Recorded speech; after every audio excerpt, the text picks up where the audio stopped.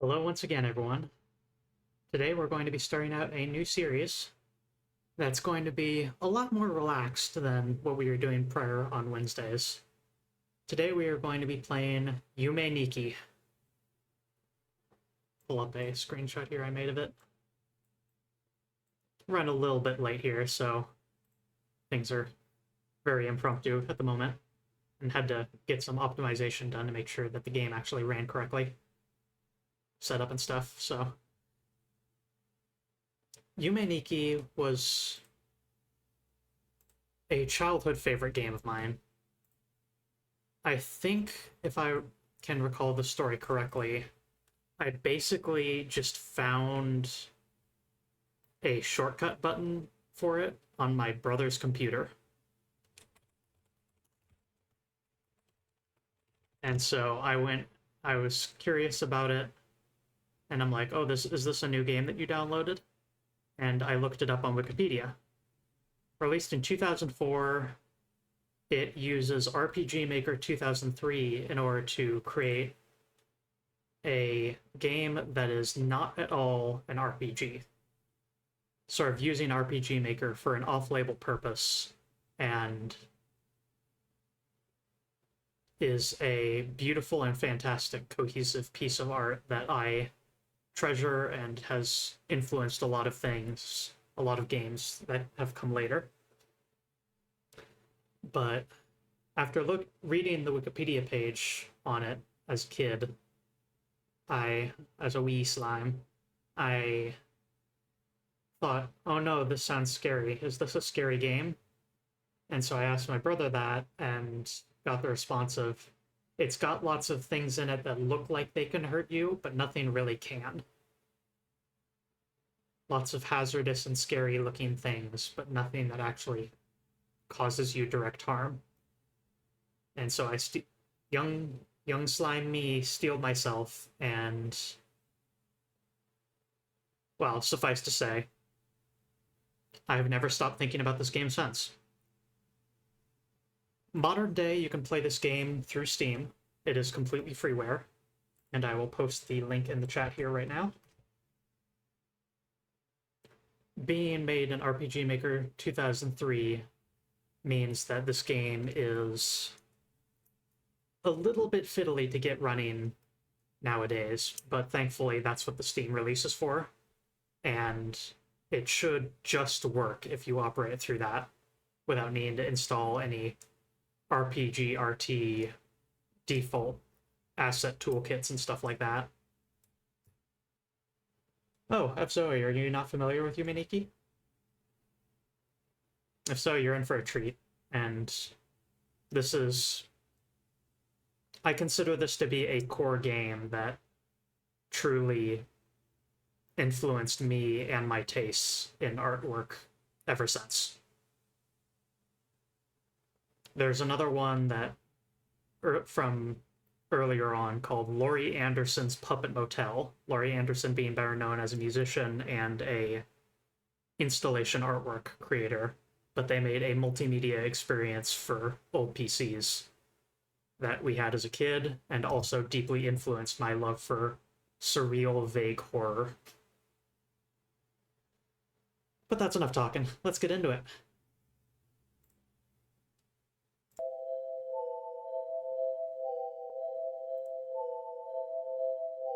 I'll be running the game windowed here, and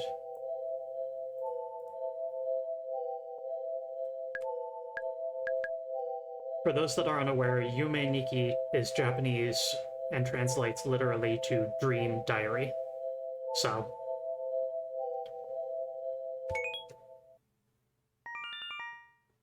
how to play. From bedroom, get in bed, which brings you to dream world. Pinch your cheek with the number key 9, and then you'll be back in bed.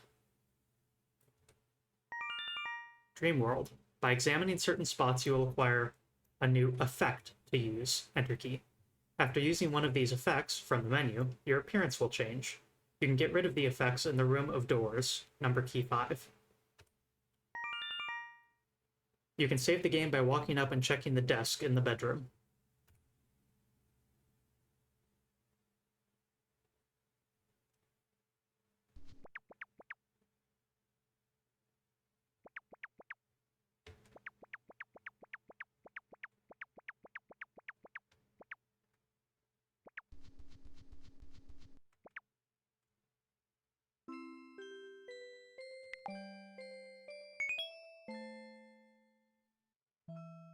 Some things truly never change. Immense lag when that visual circle effect appears. Brings back memories. Gotta turn the game volume up a little bit here.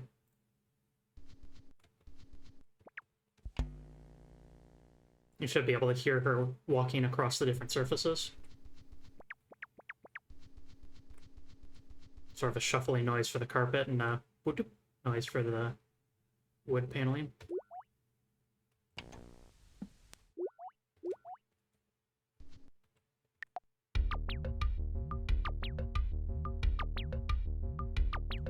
Famtendo game, Nasu. A game where you jump to grab the falling eggplants. Left and right, move left and right, enter key to jump.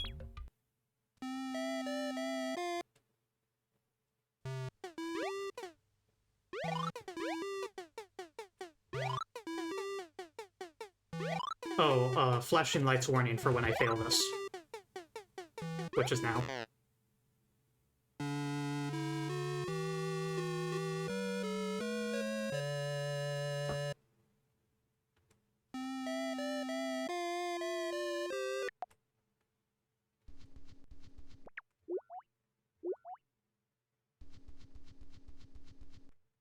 Play our game, we can stand on the porch, we can turn on the TV with no signal. We can save our game, and we can sleep.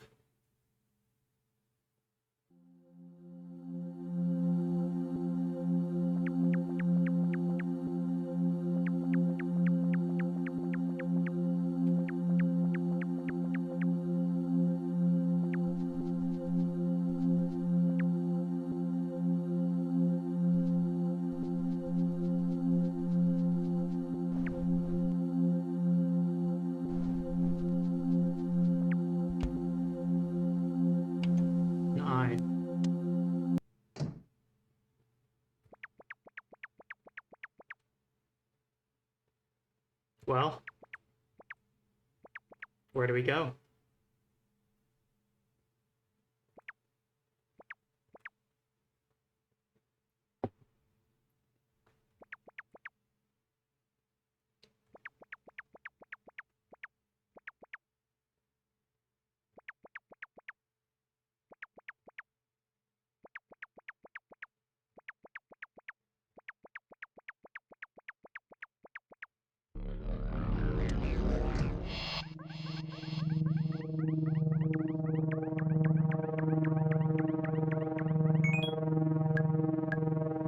For our actual menus here, we can review the tutorial,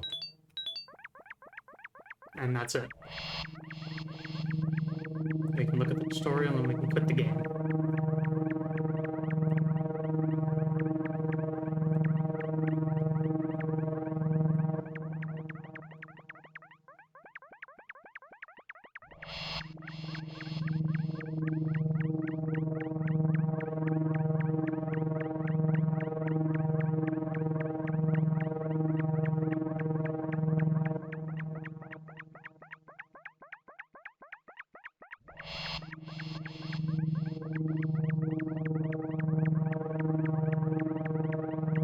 If you walk far upward enough in many of the maps, you will end up back where you started.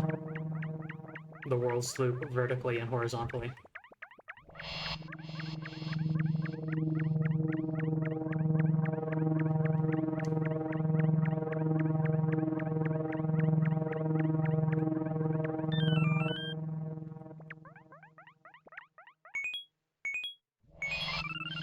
You've gotten a new effect. Let's see, how do we...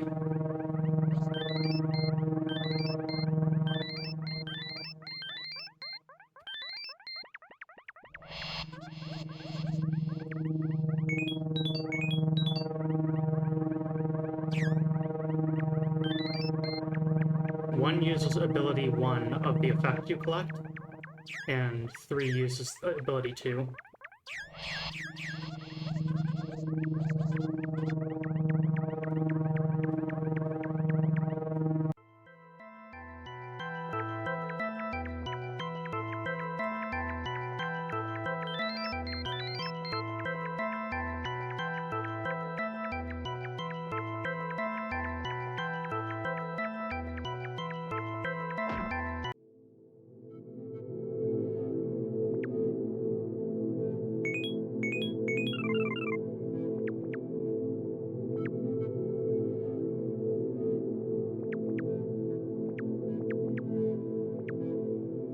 nothing here to do, nothing left to do, but...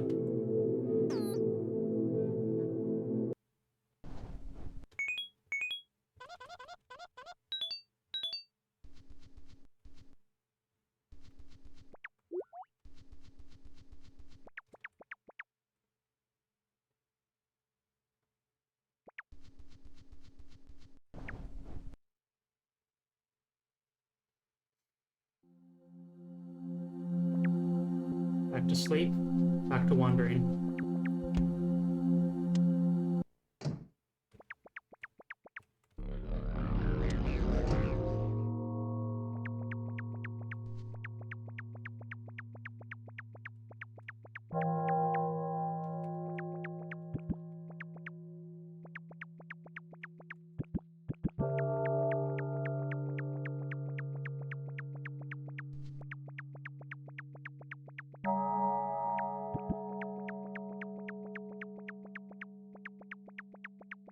I'm cursed, I suppose.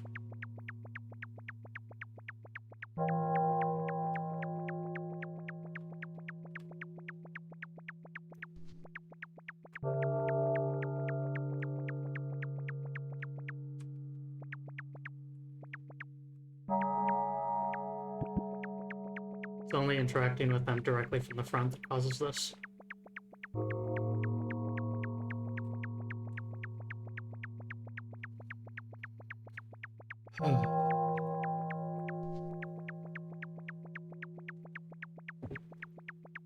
After the high octane of our previous Wednesday games, it feels kind of nice to go through something a lot more low-key and calm than before. And that other one.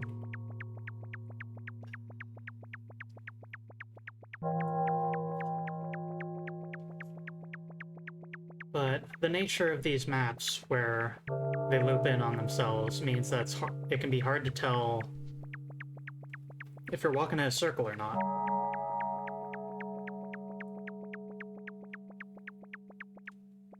You sort of just have to take a mental note of some piece of the environment that's distinctive looking. And then, after wandering, need to see if you can spot it again to indicate that you've gone in a circle. A lot of my dreams are actually locationally familiar, in that there's areas that my dreams take place in that I revisit. It's frequently a case where I can't entirely describe the locale while I'm awake, but upon falling asleep, I look around and I'm like, oh, I'm at the university again.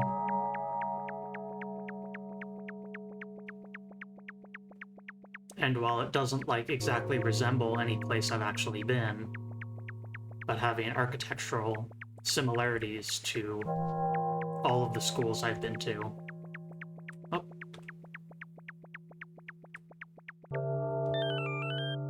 Frog.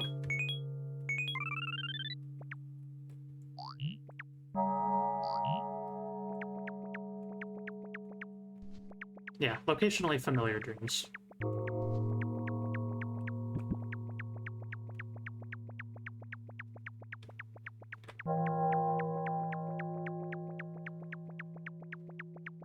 A lot of my dreams also take on a fictional context.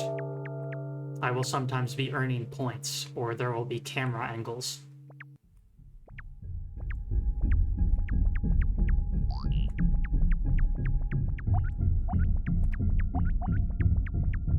I remember what happened last time.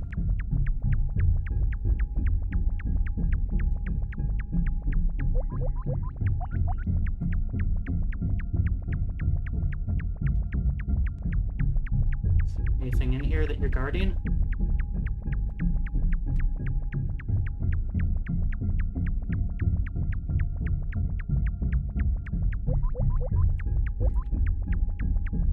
Damn it.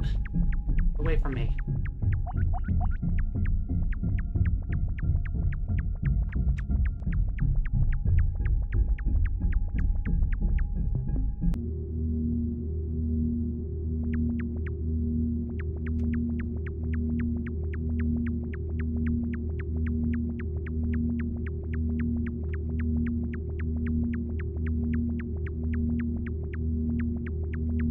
Welcome to the Hell Maze.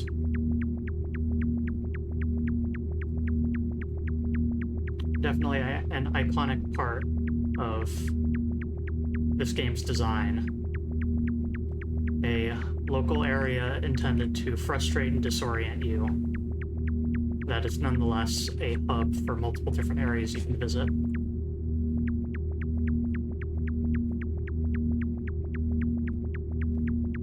You know, if you can find the exits.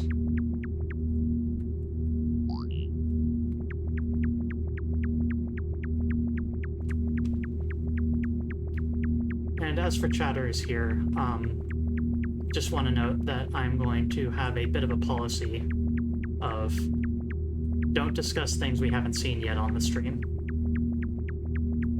No spoilies.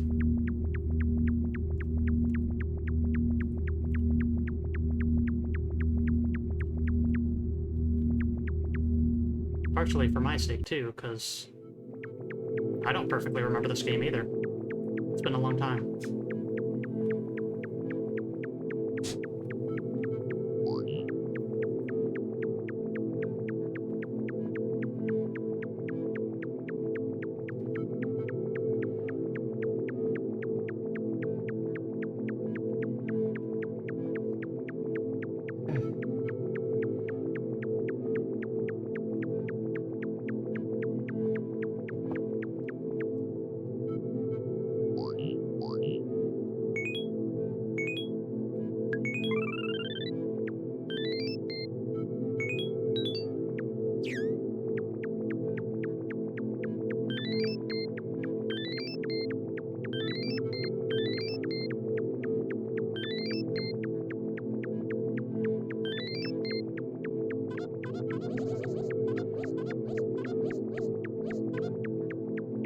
If you try and summon another while you're already at maximum, it says either in your left ear, Dame, or in your right ear, Moody, which is Japanese for can't or impossible.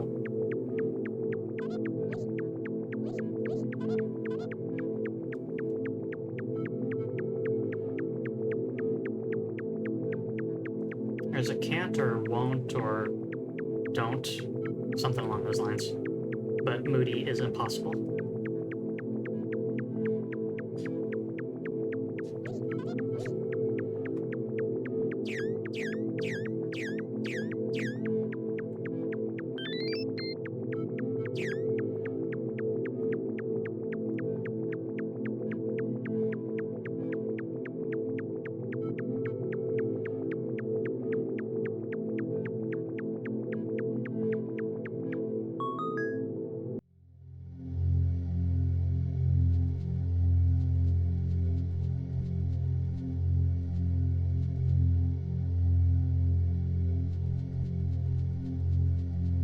Somewhere new.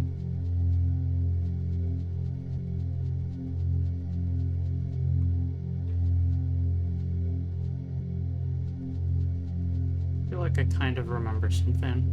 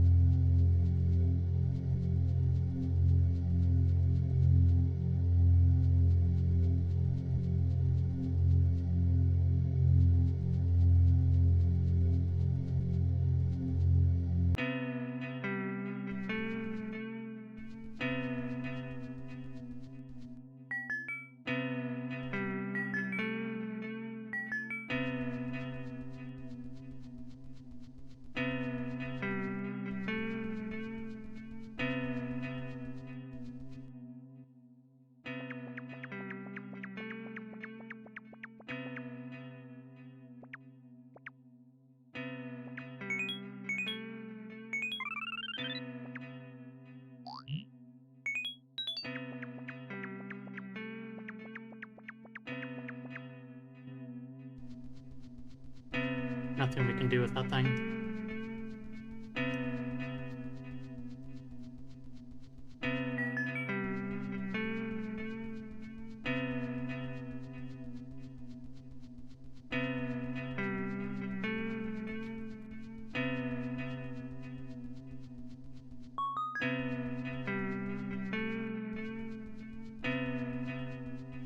folks make chipper noises at me, at least.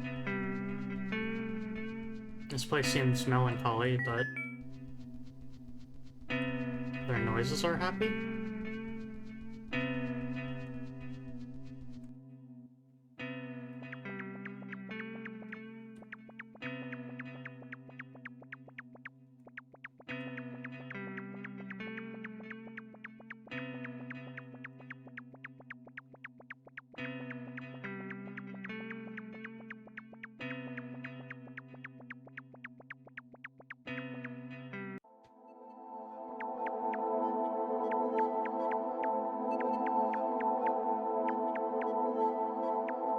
One-way trip, it looks like.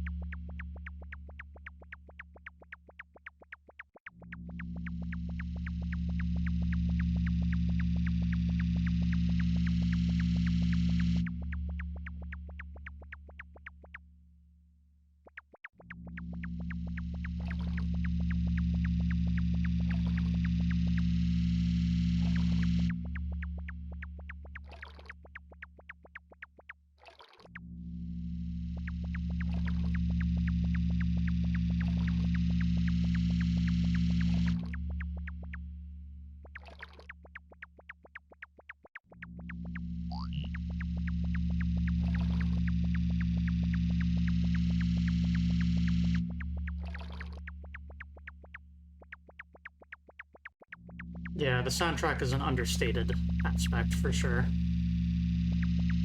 Or underappreciated, rather.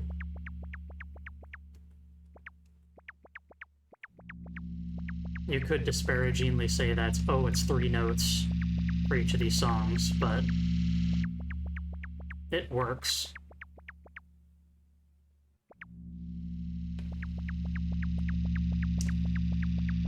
When there's a fork in the path, what do I do?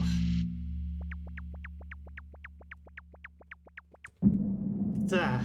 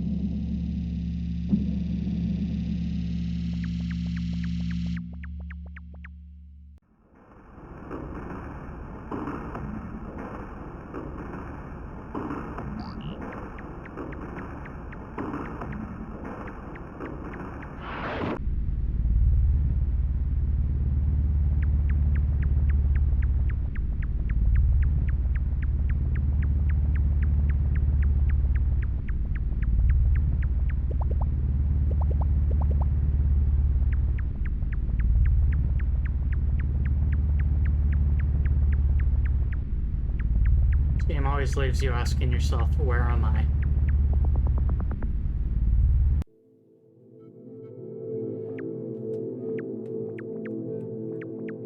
One-way teleports.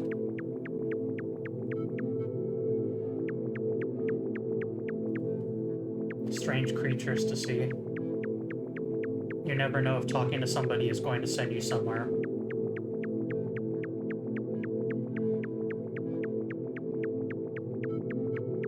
Or give you an effect. Or do nothing. a significant portion of creatures in this game that just don't even make a sound when you interact with them. They're just there.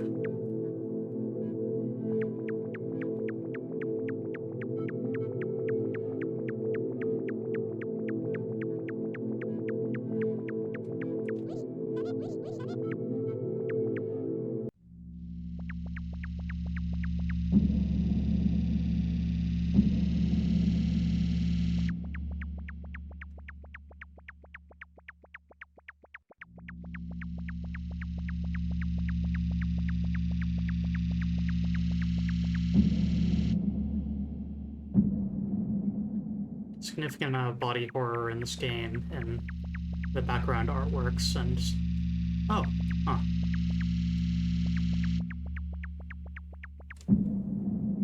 We're back.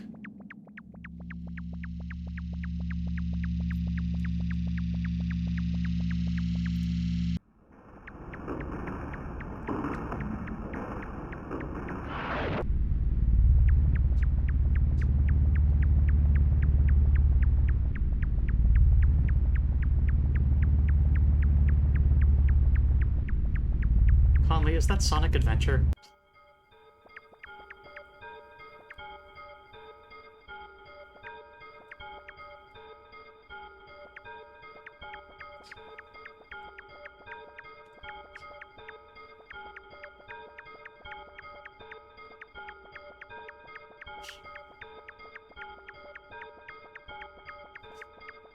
Alright.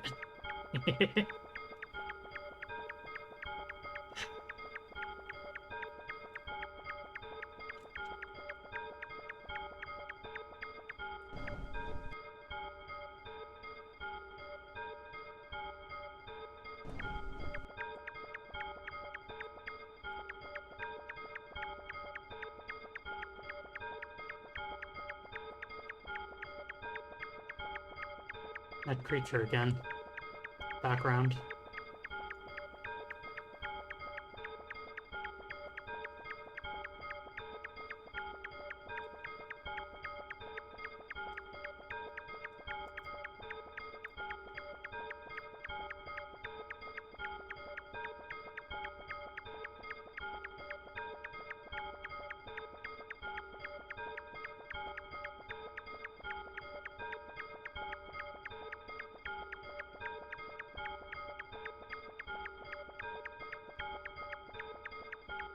Oh. Looped.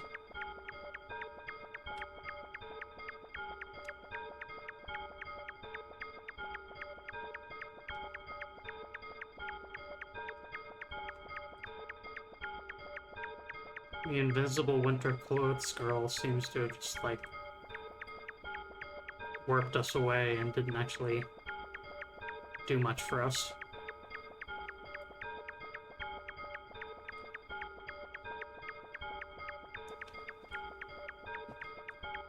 Showed us their favorite rooftop, and then after we talked again, sent us back.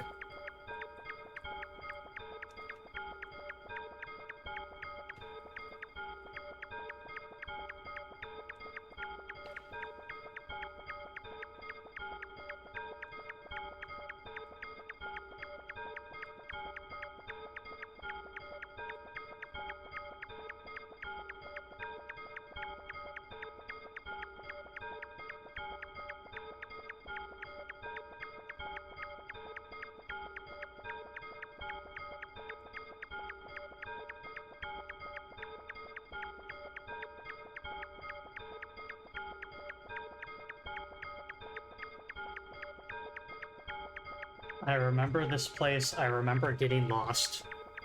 That, my friend, is the heart of the Yume Nikki experience.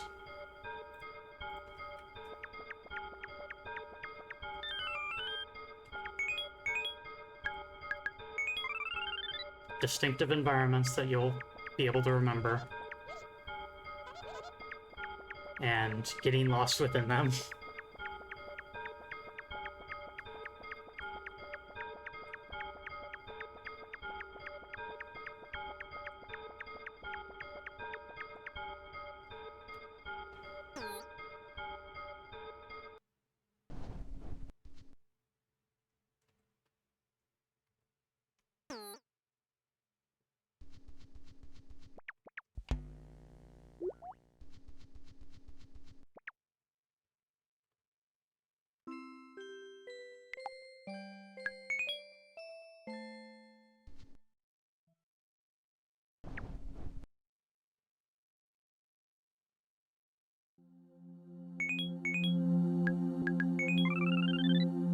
interesting thing here. If we press the interact button with this, our character makes the "dame muri" sound effect, which implies that it should be able to do something, but we don't meet the conditions for it.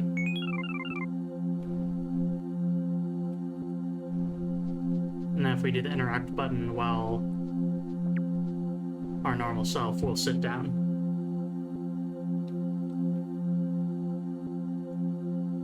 And then if you wait long enough while sitting down,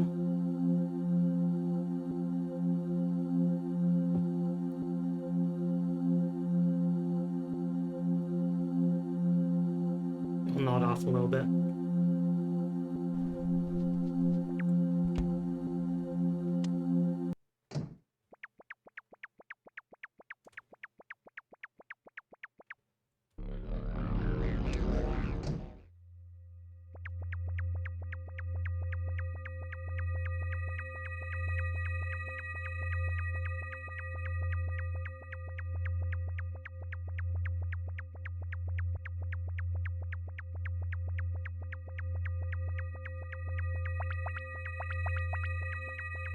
Puddles, for which the sky is visible through only.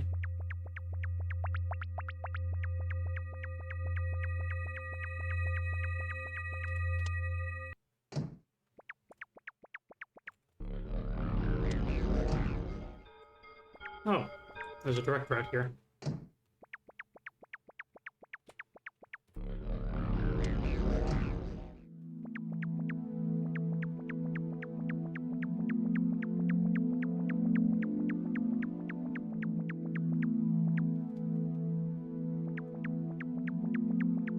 Something there.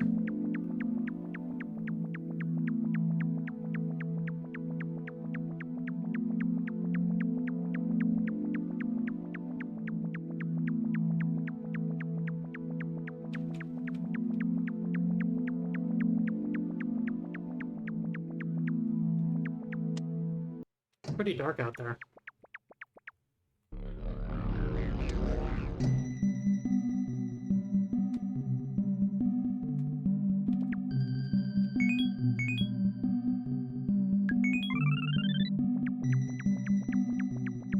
Rest for the weather, I suppose.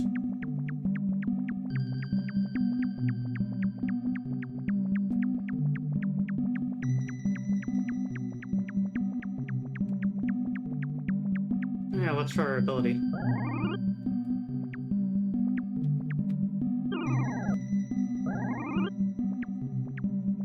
So that's how it works.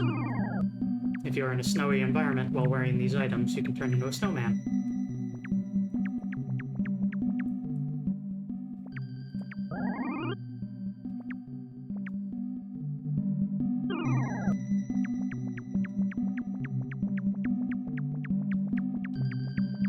Maybe that igloo belongs to that bird folk.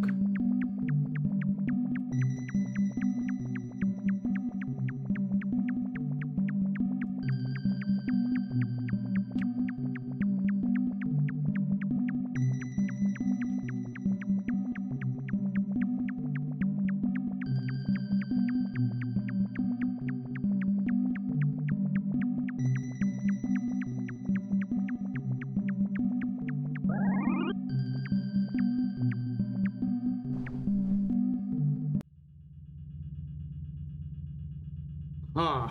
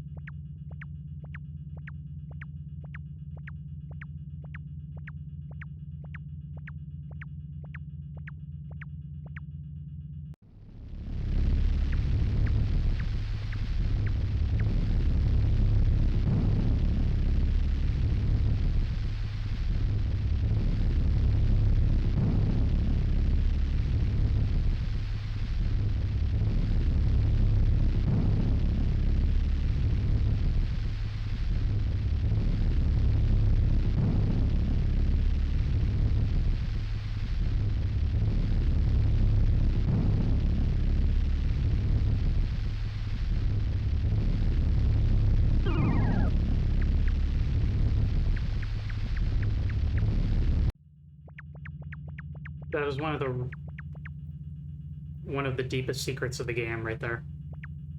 There's no indication that you can ever do anything special with the hat apart from being told no when you try and interact. And turning into, so there's a very low chance that you'll know the snowman mode form even exists. And then if you take the snowman form and then go to another area despite being slow, over to that fire and stand in front of it while still in snowman mode, which again, you can only get in a snowy area, you'll melt.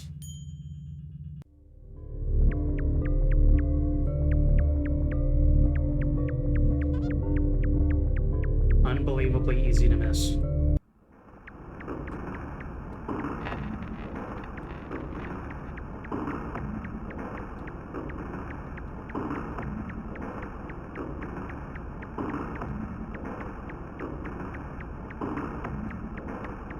This game is full of tiny, weird, small interactions like that.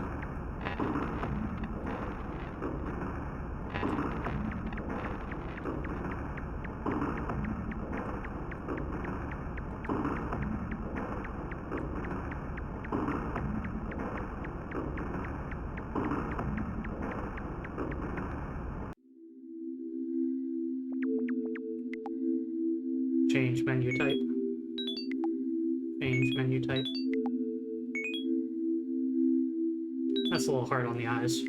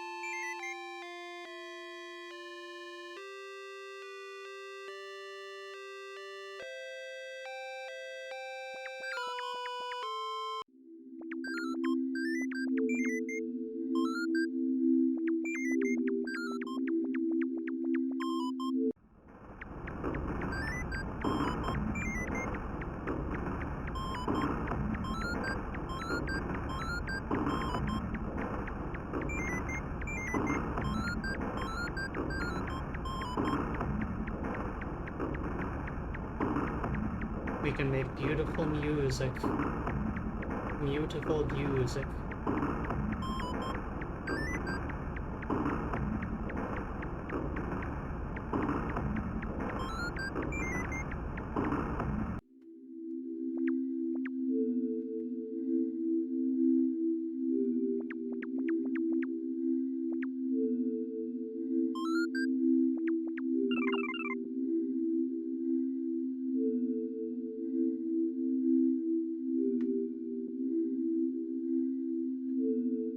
It's a different game, Daedalus.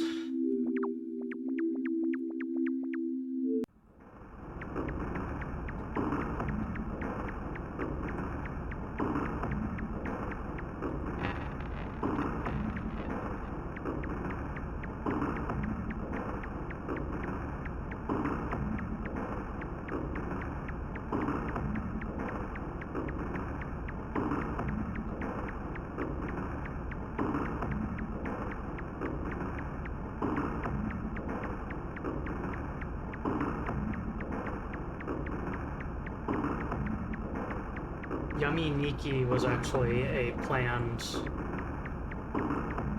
possible name for if the Blue Sky account, Super Mario Broth, ended up fixating on the Yume Nikki series instead of Mario. Real thing.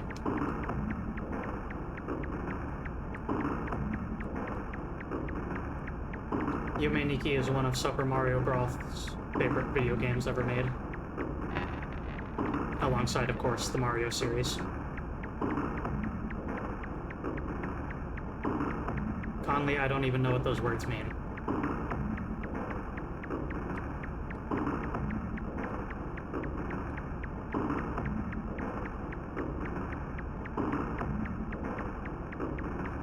I could make a tawdry joke about Pokemon, but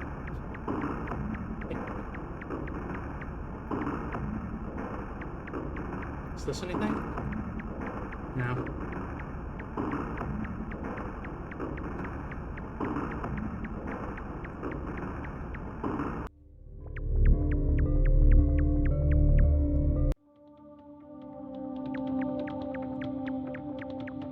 This is a different forest.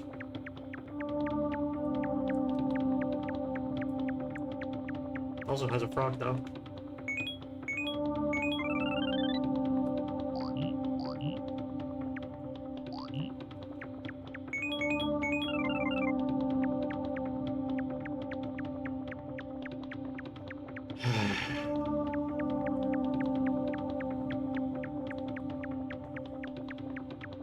Daedalus, how dare you?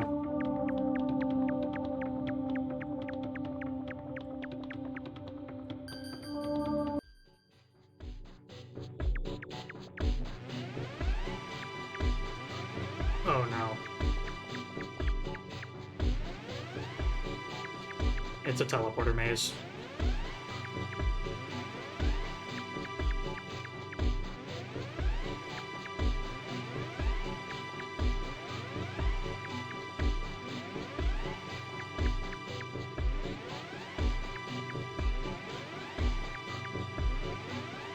At least they seem to be consistent in leading back to themselves.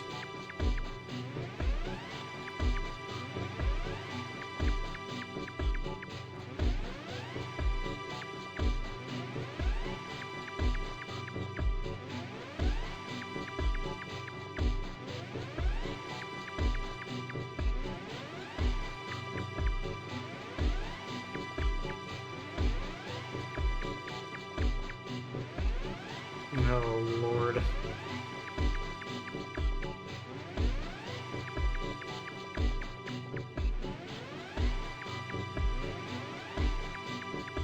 Okay, so cool. This is a very long dead end.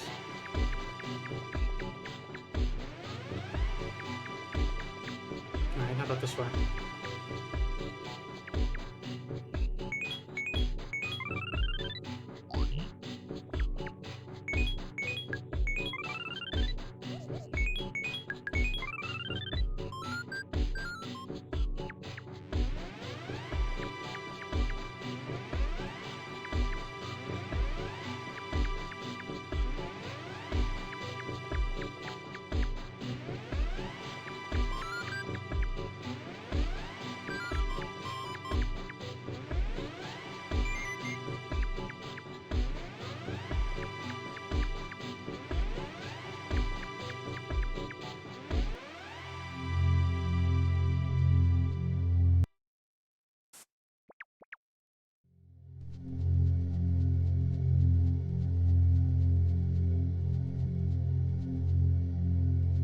This is a different one.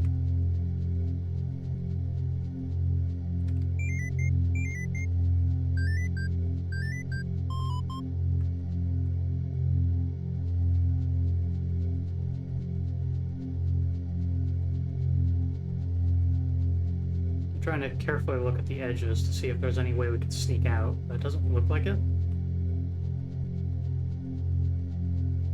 Maybe down here?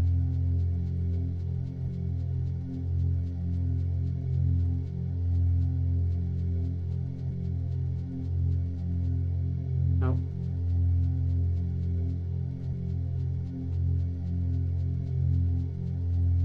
No.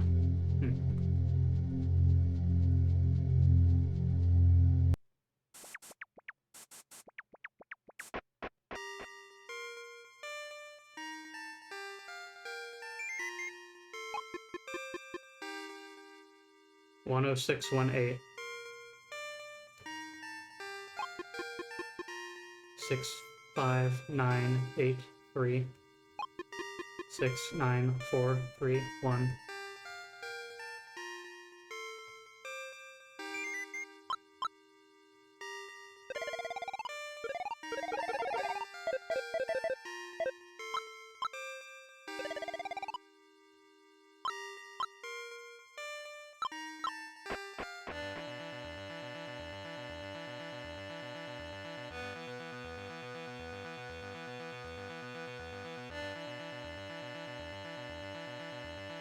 Suddenly having a retro segment. in the game if you explore deep enough. Does that sound familiar with the previous game that we've played here?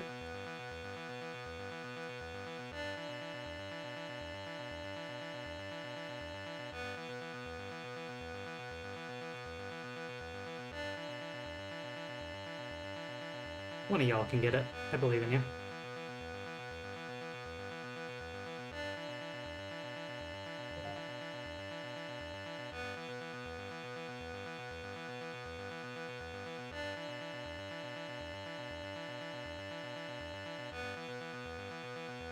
That's the one. Demon King Chronicle did the same thing. Hard to say if it's a direct inspiration or not, but being an RPG a semi-non-standard RPG maker game,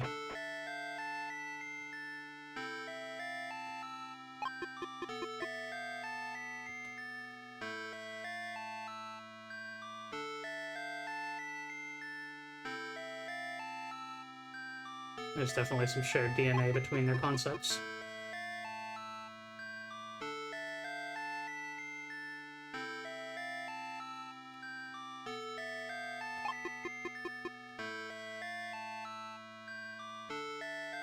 I think one of the truly beautiful things about this game is if you just wander, your experience through the game is going to be different than anyone else's.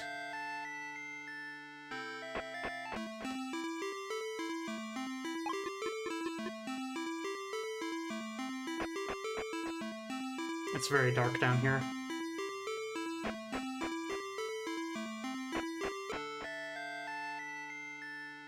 It's gonna be hard to find my way back here. To keep all the bizarre routes that this game has in your head is tough. But that's two separate areas that we've seen where it's dark.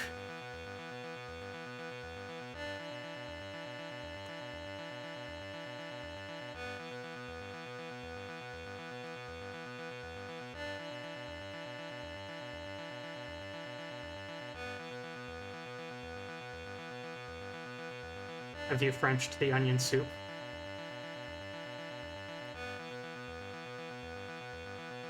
Maybe I should phrase that differently.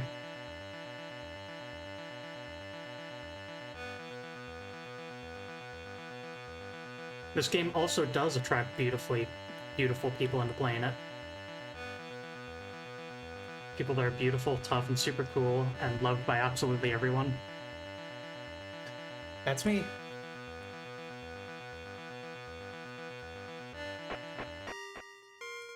Daedalus, I literally know that that's not true. It's because of you that I first played this video game.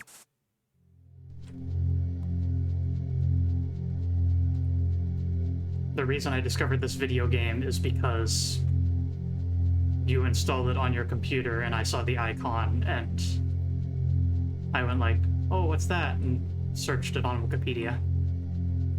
And then asked you about it. I was afraid. I was like, this is a horror game, isn't it? The Wikipedia page makes it sound like a horror game.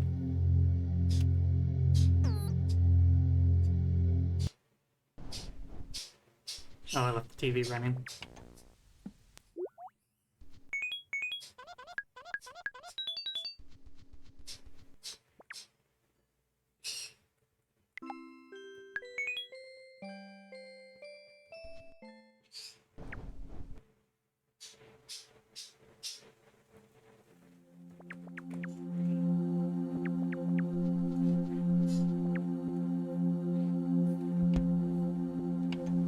Ugh, that was weird. I like hallucinated slightly? I don't know.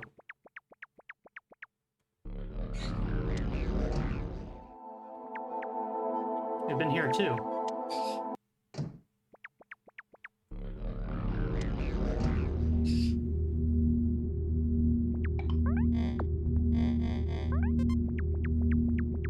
Each of the ground tiles seems to make its own noise.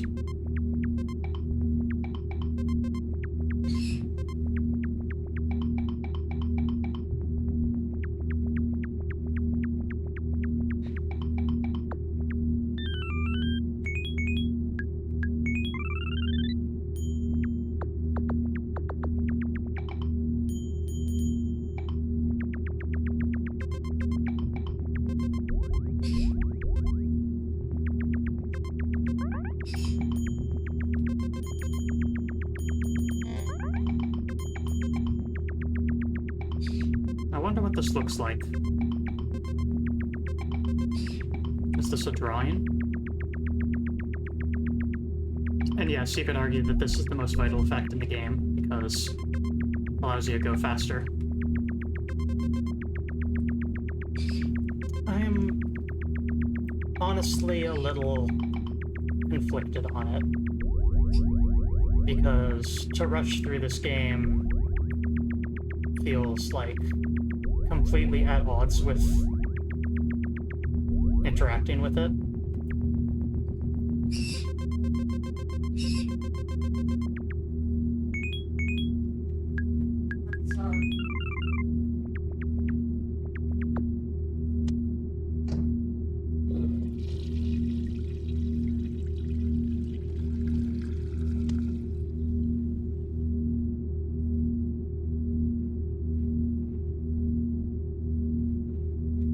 French onion soup.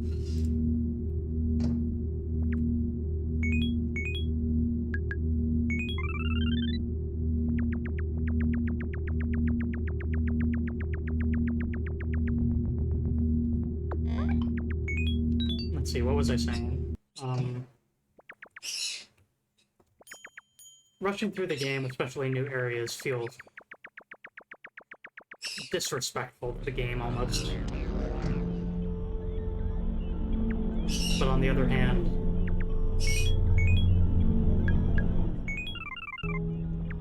this game does also have a lot of areas that are designed to be very large, unwieldy, and confusing.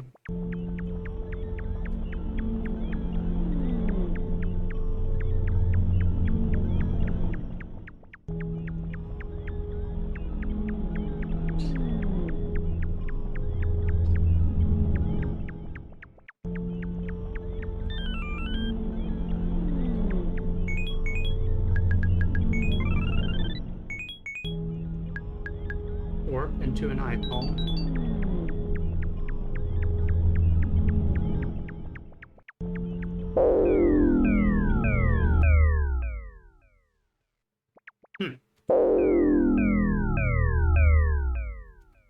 That's a unique ability.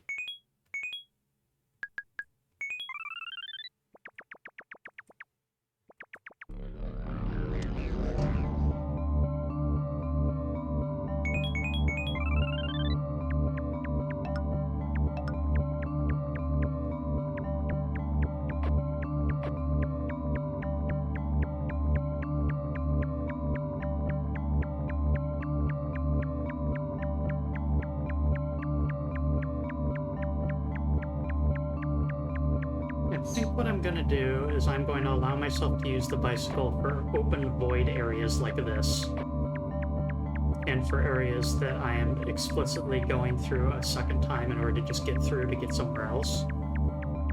But apart from that, I will stay off my bicycle.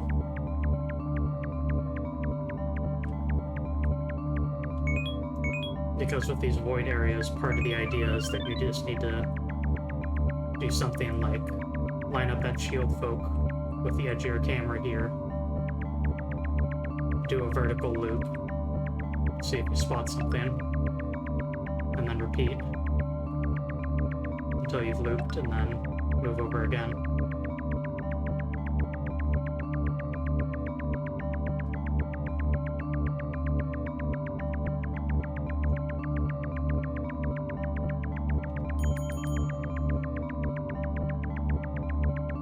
There's also a glitch you can use to make yourself go even faster, and I will show that, but I don't think I will be using that at all.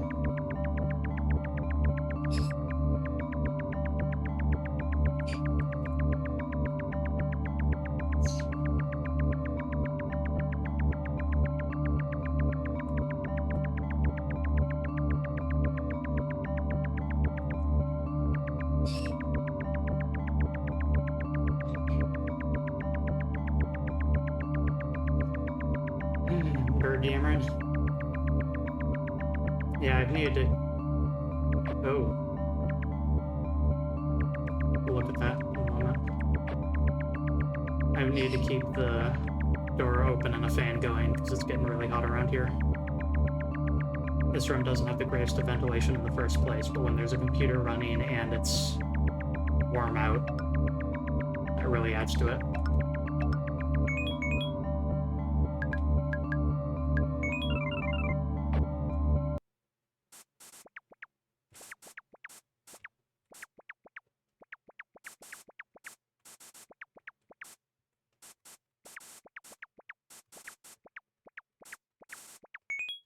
Okay, I'm gonna get on the bicycles just to minimize the amount of flashing that occurs here. Let's figure out this damn maze. Sorry for the flashing. Doing my best.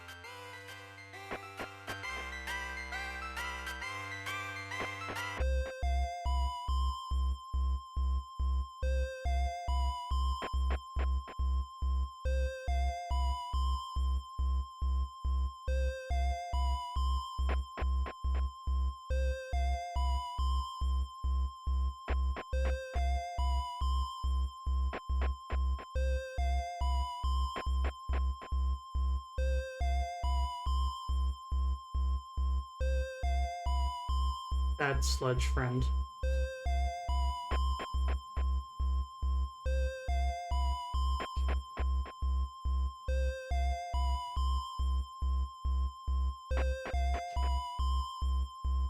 Mushrooms.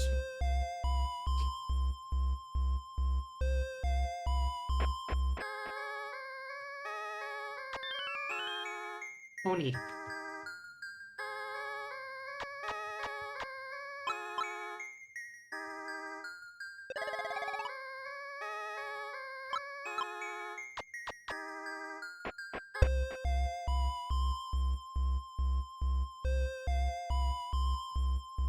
We can be a cute Oni.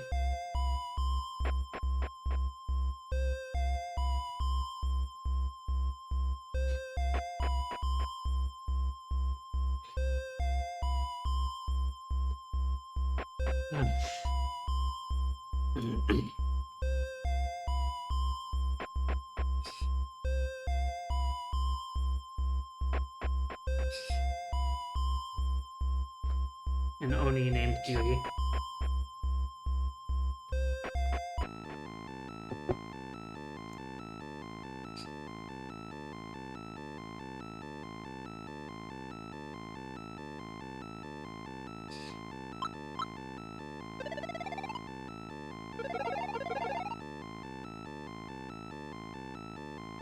When we got the mini effect, the thing that was running around looked kind of like one of these. But it doesn't look like we can interact with them.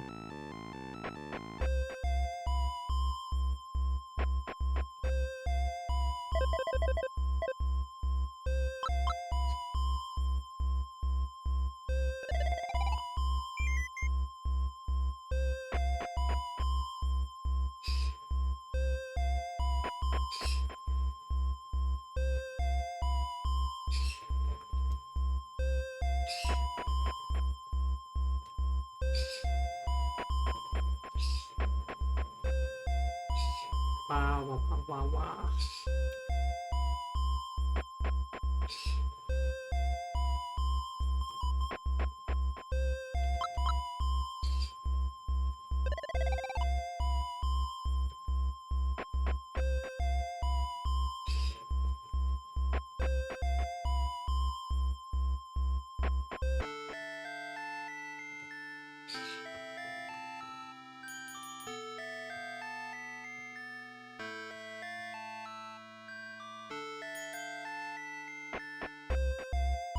Nothing to see.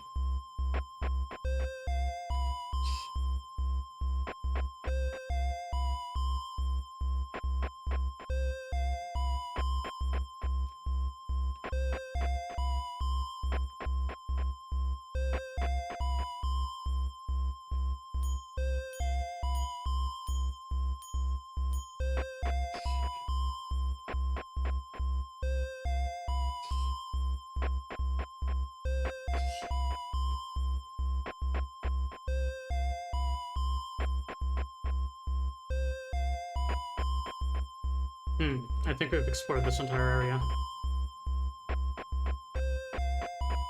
Could be wrong.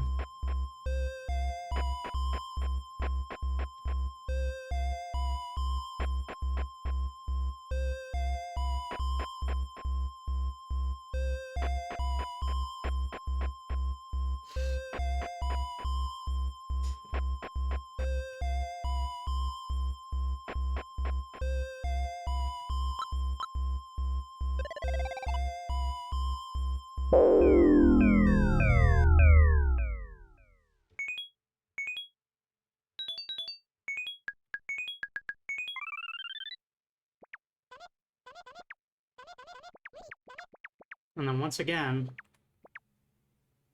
hey, check. If we press the interact button, our character says dame or muri, which implies that there's an ability that we could potentially use under the right circumstances.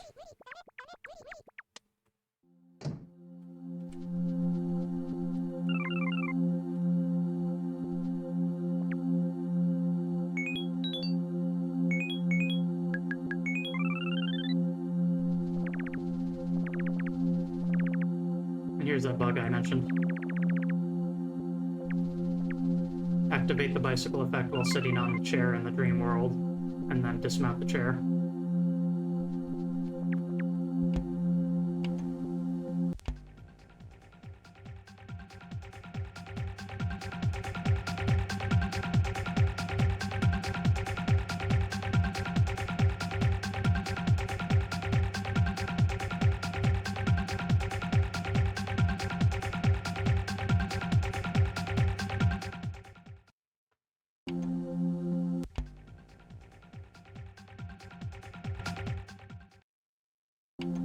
There are numerous events in Yume Nikki that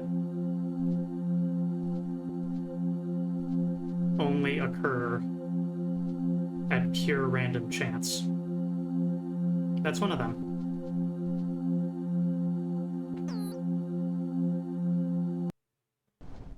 That aspect of the game is honestly a fantastic way to make you continue thinking about it. This game has a lot of stuff that is either pure random or esoteric enough that you're likely not to have ever discovered it on your own. So back before the days where there was universal documentation for all the secrets and guides and everything, and it was just folks writing down stuff that they'd found, fan sites and stuff like that. This game generates, schoolyard rumors about... I swear, when I turned on the TV, I saw this weird, music video thing.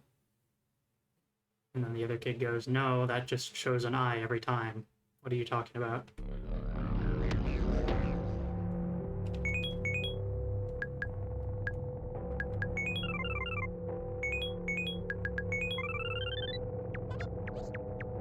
Telling me that Mew is under the truck? Yeah, exactly, that kind of thing.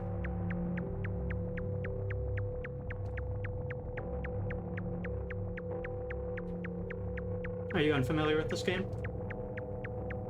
Good check.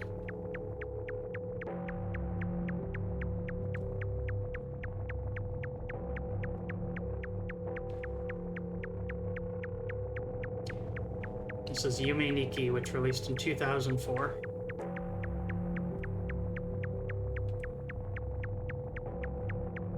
Which means that passed its 20-year anniversary a while ago, I guess.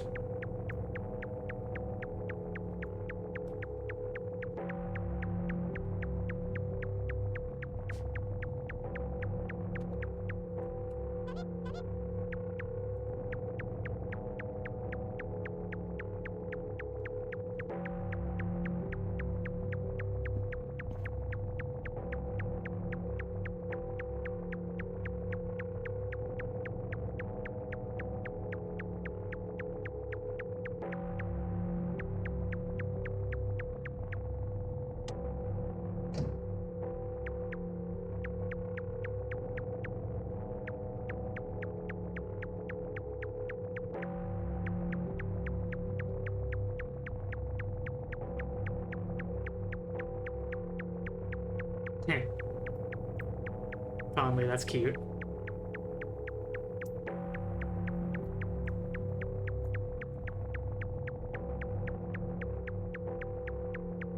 New online version, new worlds. I don't actually know what you're talking about.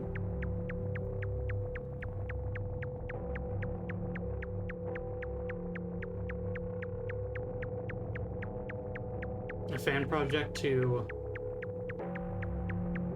make a web browser playable version or something, you mean?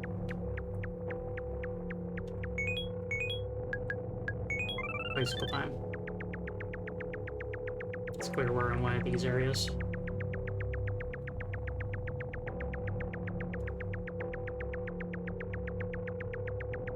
Oh. Lamp effect.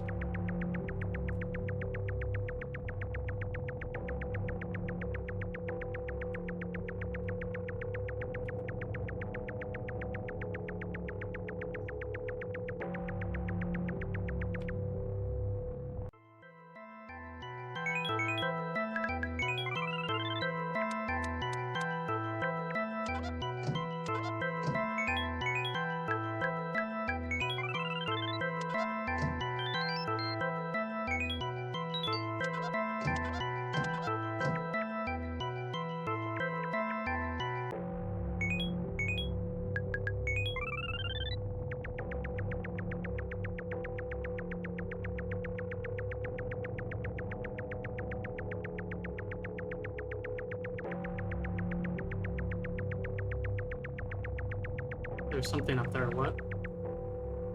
Oh. Can I get there?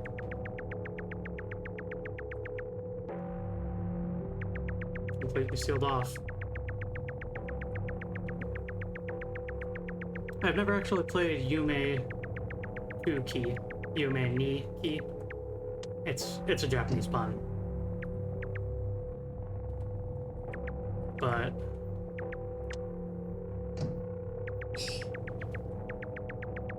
I don't know, I felt like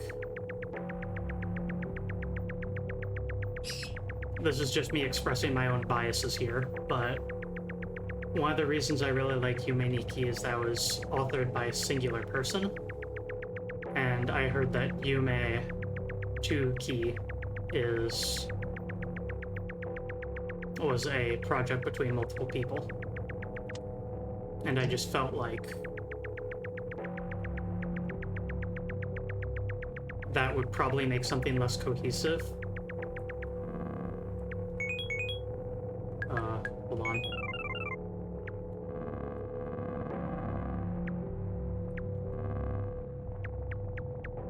That one's different. But there is a Yume Nikki fan game that I did end up playing called Dot Flow that I really enjoyed. Like Yume Nikki, it is made by a singular author, and so it has a specific sort of direction that it's designed for and to be analyzed under. Collective Unconscious. Yeah, never heard of it.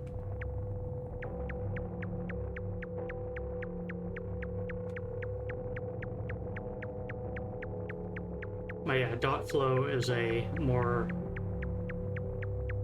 bloody and rusty wandering and exploration game akin to Yume Nikki, and I greatly enjoyed it.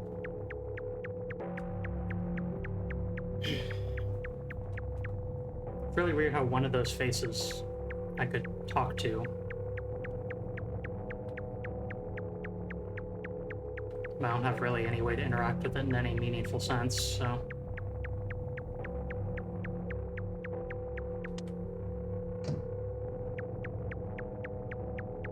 This is a different neon door.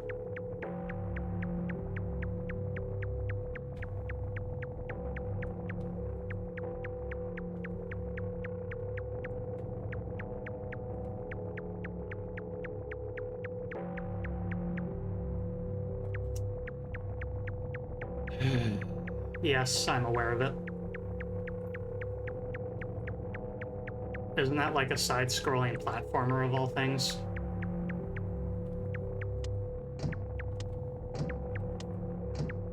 Not at all interested.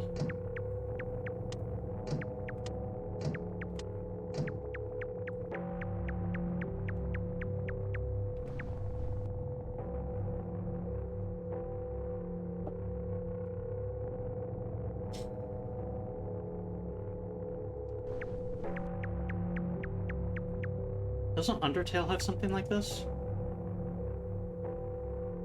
This feels familiar.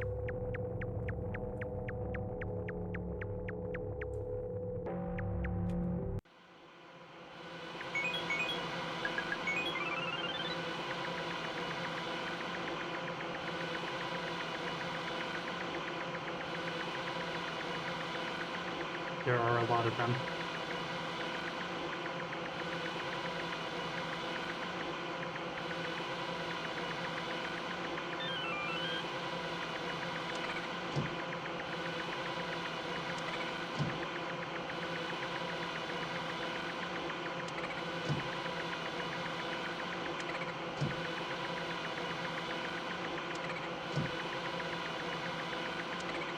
The secret lab, yeah, okay.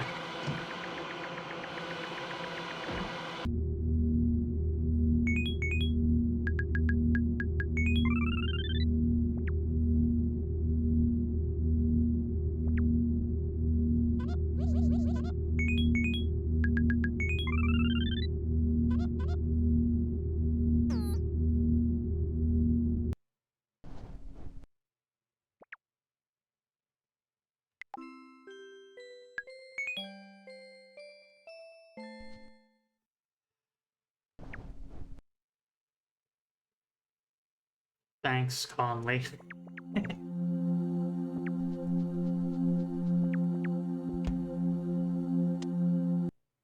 Back to just being an eye again.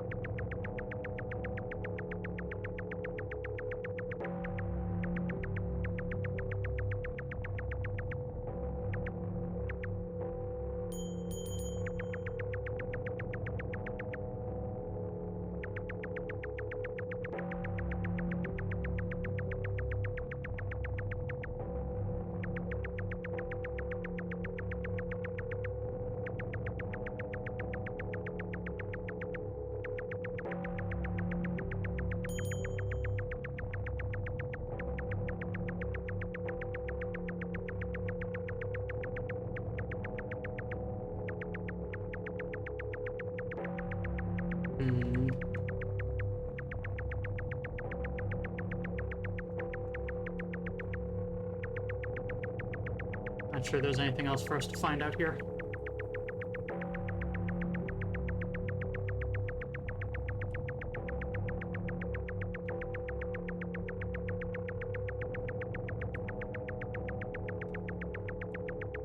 But yeah, like, there's things about the design of this game that really just encourage you to speculate. Like this river. And there's a segment of this area, if we go through a couple doors that you saw, where we exit through a door and it's just another room that's this size right here, and more river.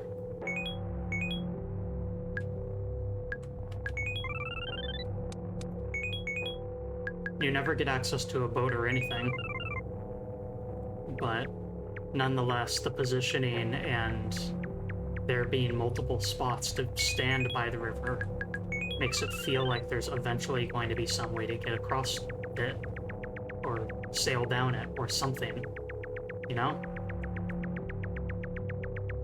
There's a lot of that in video games where you just think, you see something and you think, okay, that's going to be relevant later. But with this game, that's really not necessarily true.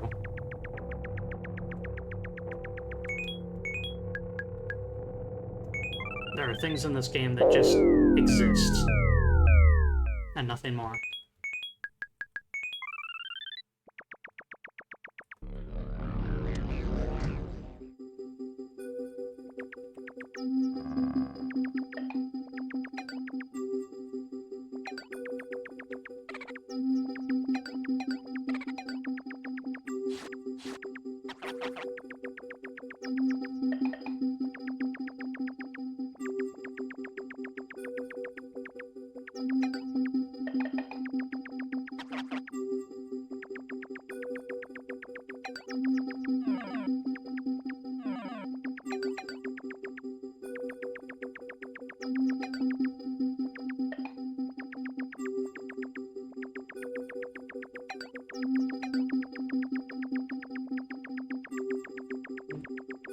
to the main room again.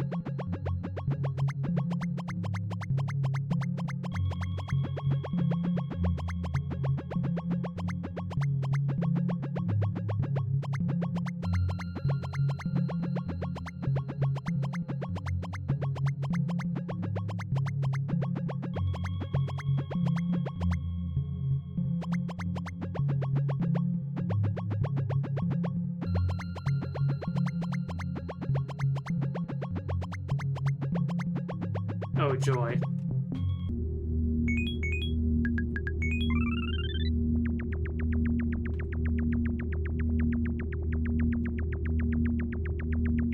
We'd previously played a game that had a bizarre hell maze in it. One of Juneflower's works. I think it was called Remnants. And pretty clearly inspired by this notably hellish area.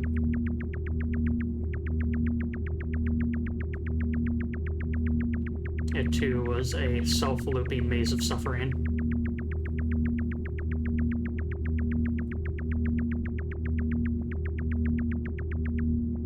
You love drone core.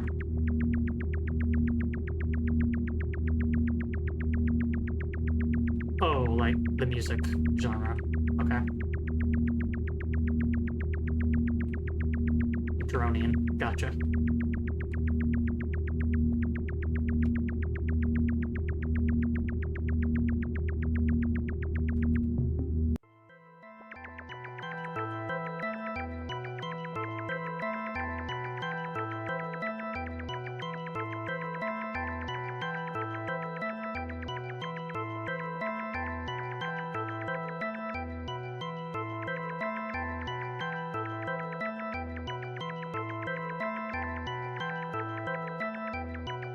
I know we've been in this biome before, but have we been here? I don't think so. We have been there, though.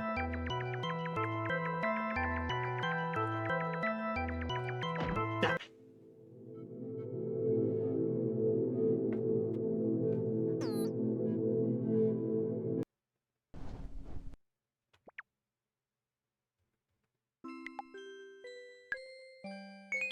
Greetings, Salon of Stars.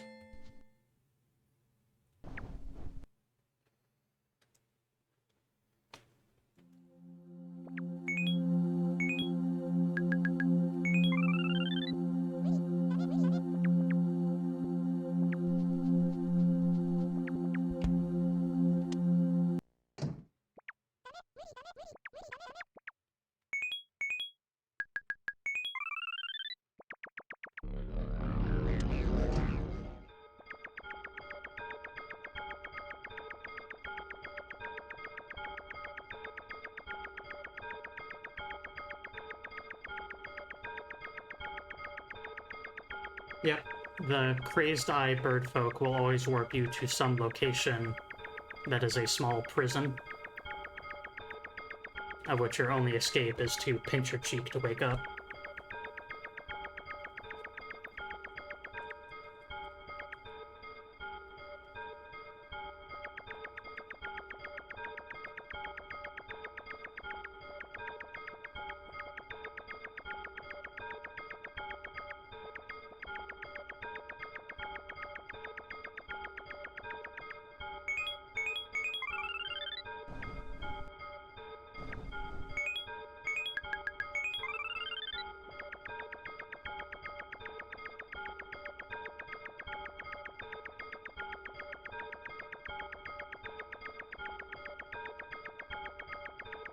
There is a useful effect that we can pick up that will allow us to interact with things more. But I'm gonna be real, I don't remember at all where it is. So we'll just play it by ear, you know?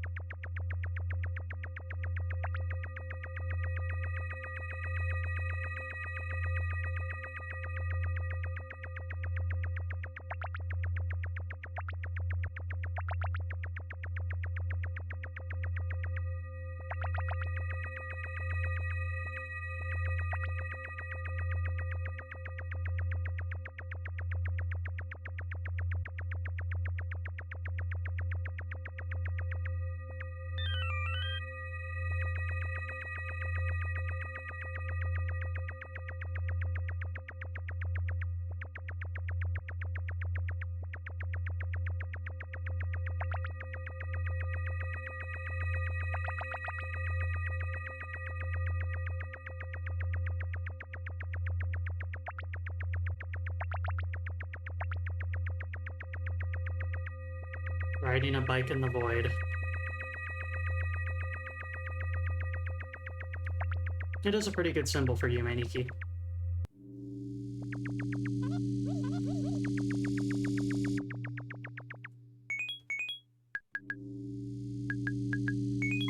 It is raining.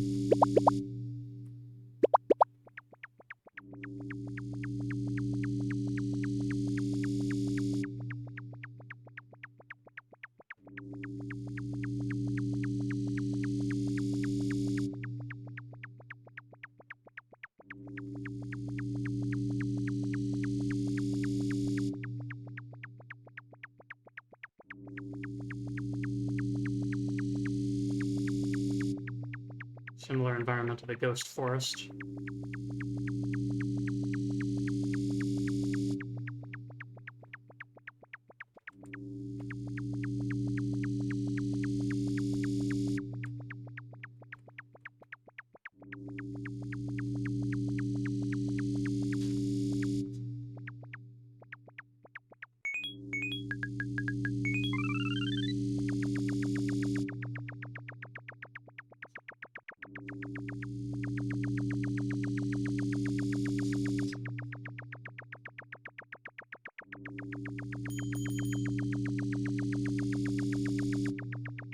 Hey, Pep.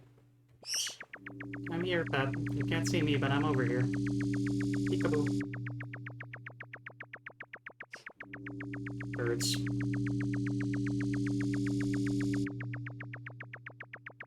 Is that it? I can tell that we looped, but...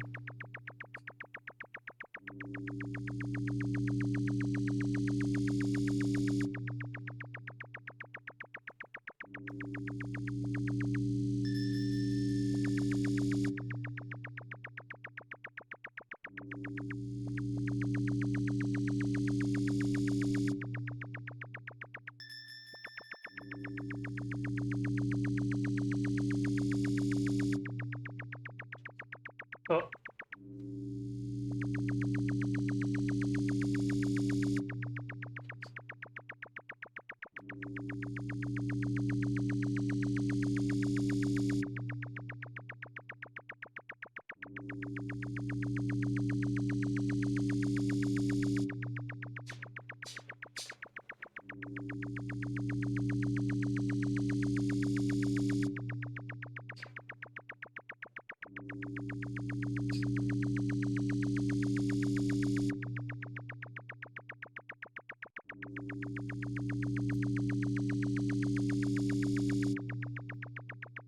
My condolences for the homework, good check. I'll make sure the VOD gets uploaded though, so you can watch and post. See ya.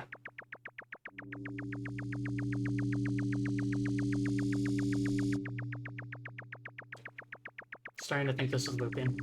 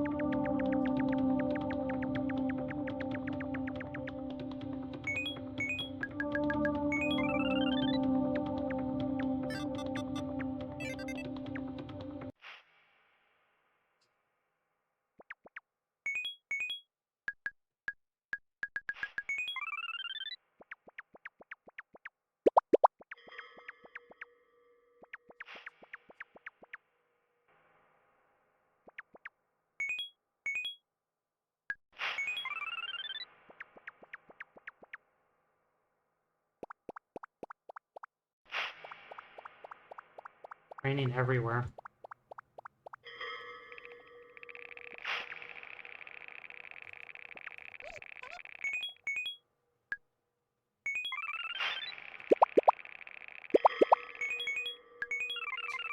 Ah.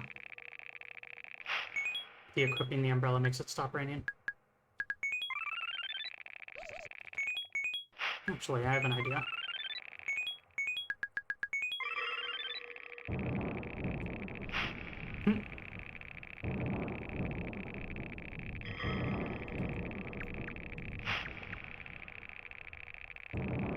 The red Oni with the tiger print dress can summon thunder and lightning when it's raining.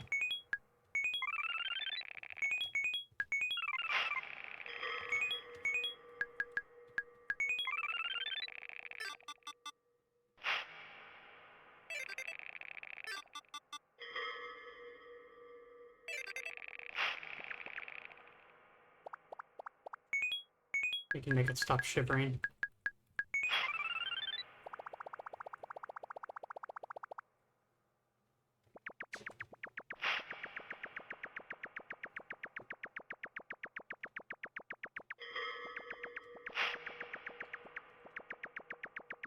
It looks like there's nothing else here.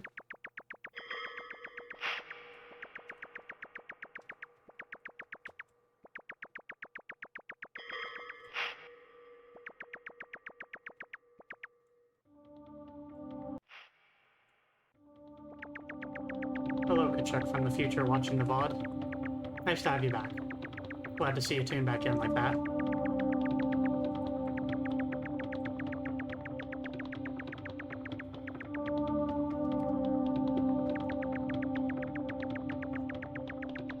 Hee.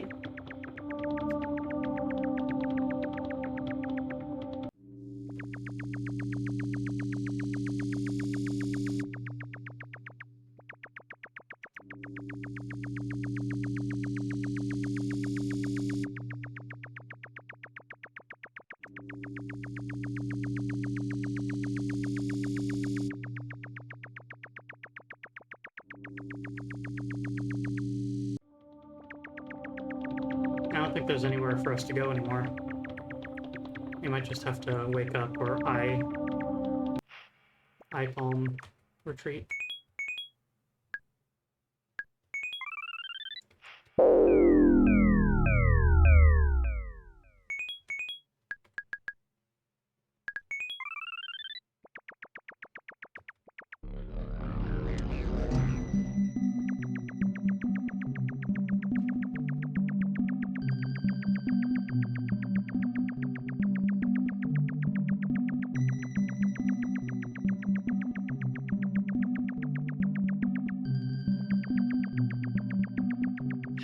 I love this game.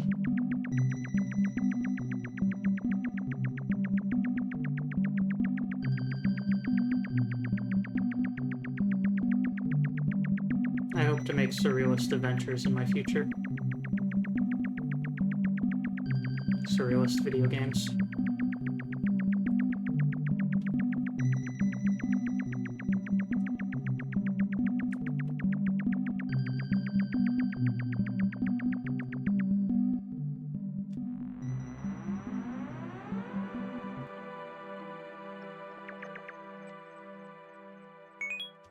Somewhere new.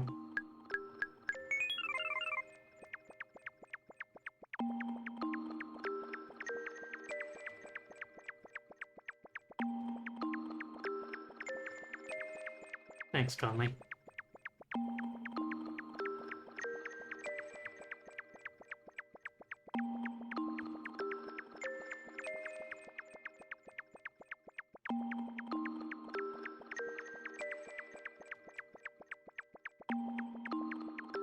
I'm incredibly happy with the community that I've built up here.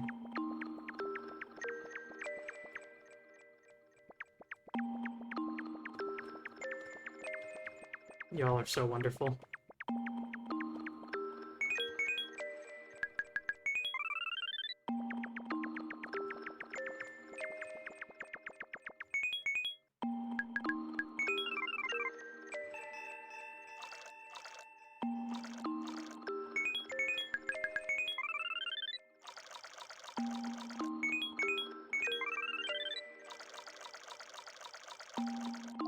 That's cute. Frog can walk normal speed through the water.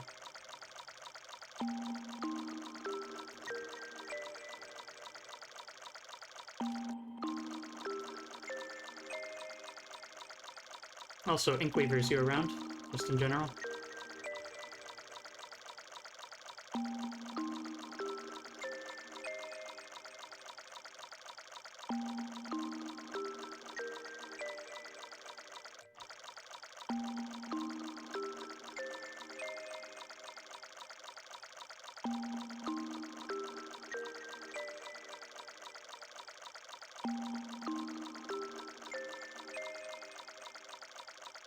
Oh no! Not Gommage. I need you.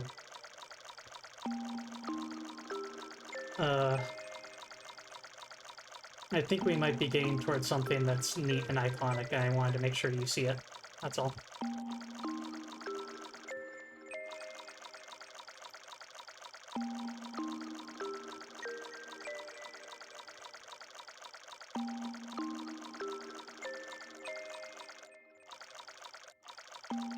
That said, my memory might be failing me here. I thought there was another balloon that I could use to teleport further.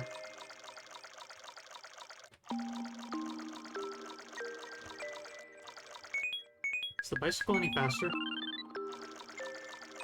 About the same speed. Unclear. Jacques the Whipper.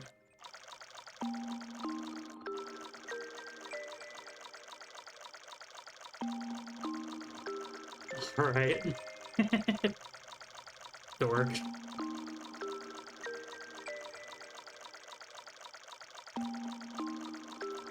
It's gotta be around here somewhere.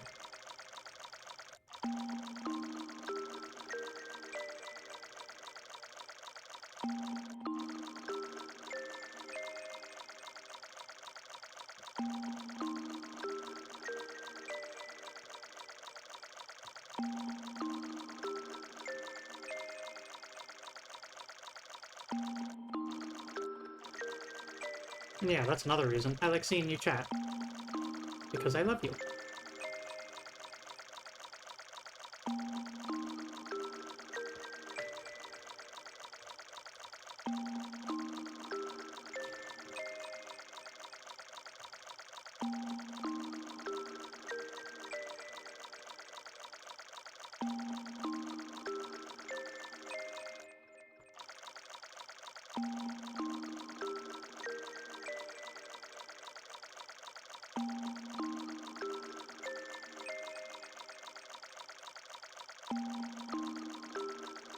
How scandalous.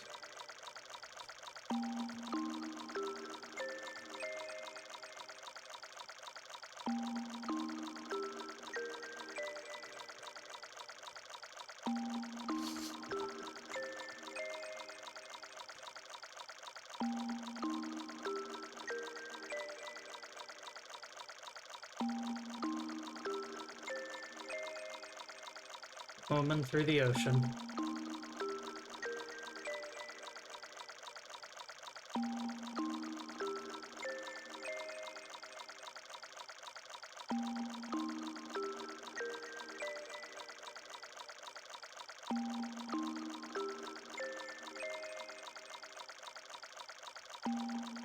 Yeah.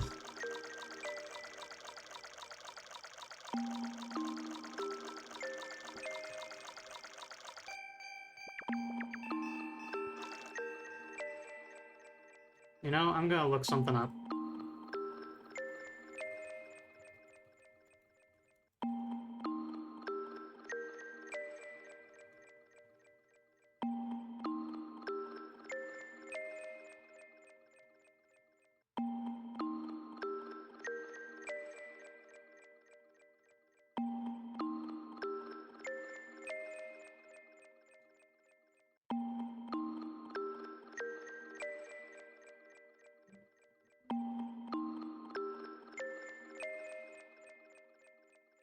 Please bear with me for a minute.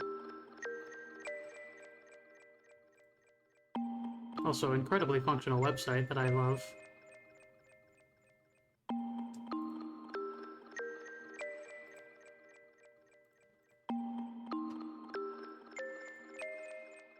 I can click on an image and it just breaks the link.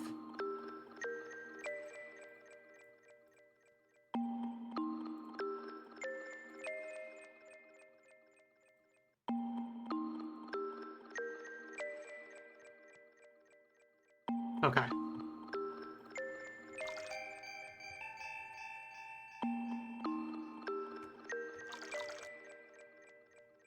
Simple enough. Hi, Beth.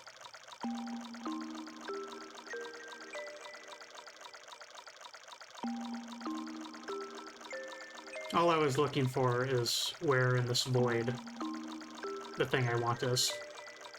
I managed to travel past it several times.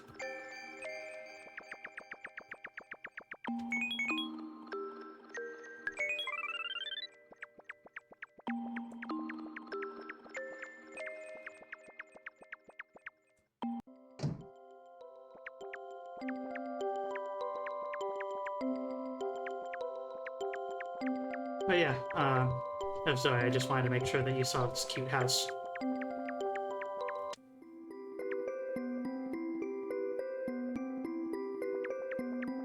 You can turn the light off and this happens.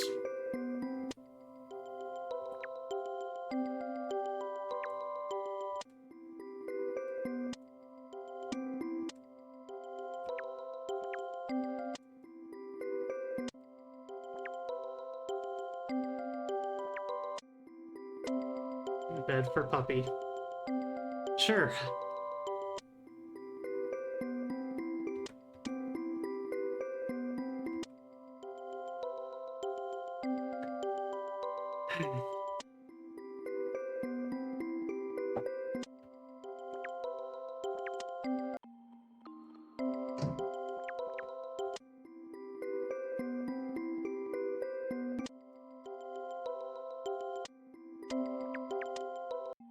F-Zoe, please wait.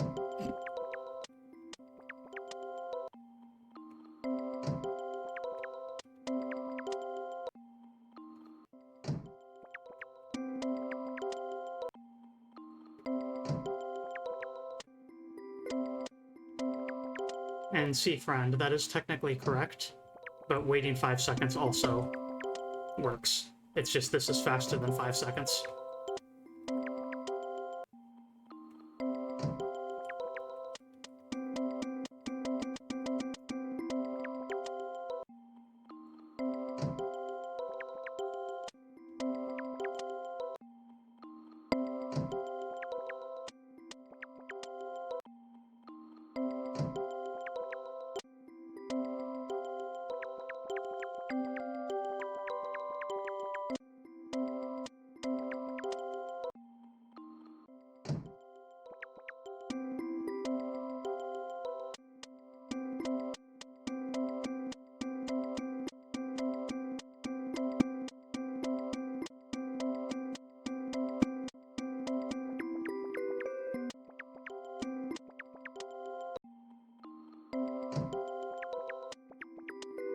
One in 64 odds.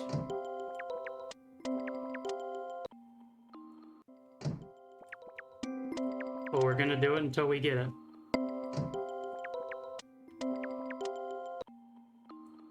No playthrough of this game is complete without it.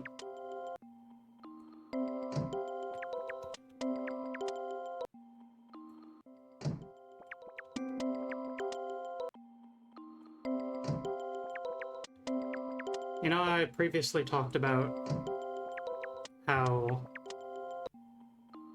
there's definitely some events in Yume Nikki that are up to pure chance. Probably the most singular, iconic moment in all of Yume Nikki is as such because it is a location that is incredibly out of the way. That requires traversing multiple biomes to get to, is an apparent dead end, and is an incredibly rare chance of occurring at this dead end, and you have no way of knowing that such a thing exists.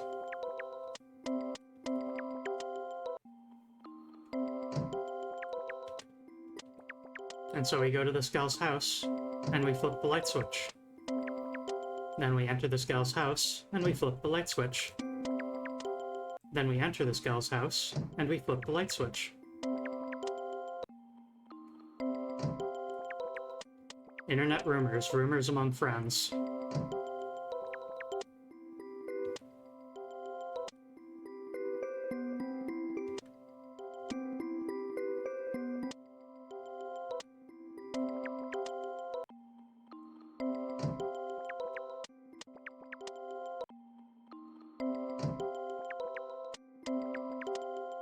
It'll happen eventually. That's all I can say.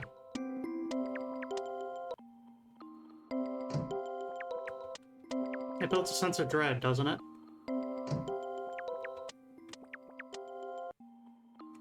I'm turning the light off, expecting something apart from the lights going off to occur. What am I waiting for? Why am I doing this?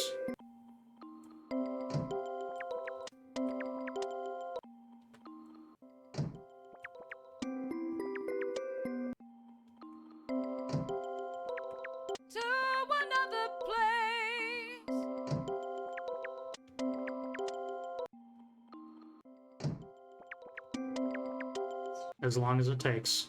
If I have to sit here all evening, I'll goddamn do it.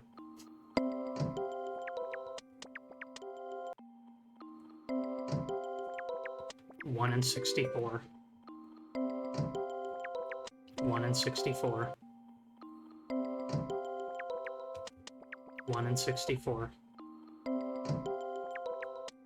1 in 64.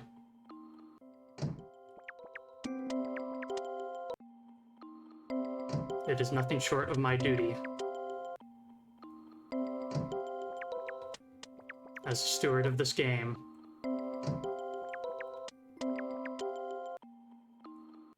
to make this event occur by any means necessary.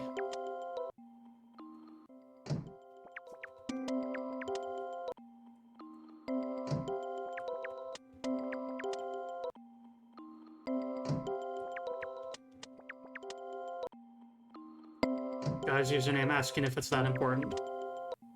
Yes.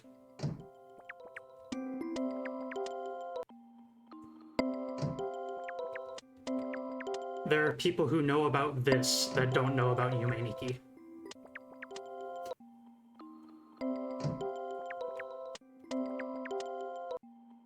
They know the event, but divorced from the context of the game it was provided in.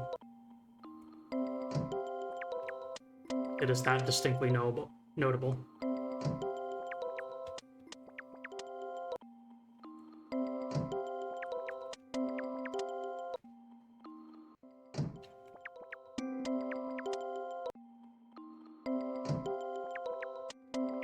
Also on him?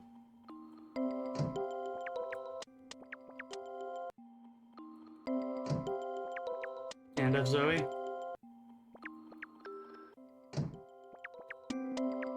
I hope I get it.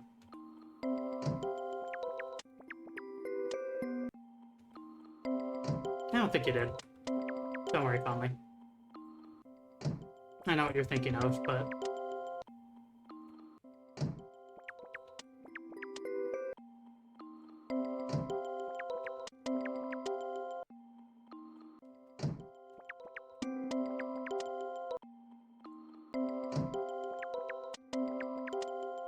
I think we are at the mathematical point of which of us being unlucky here. I believe I've done this more than 64 times at this point.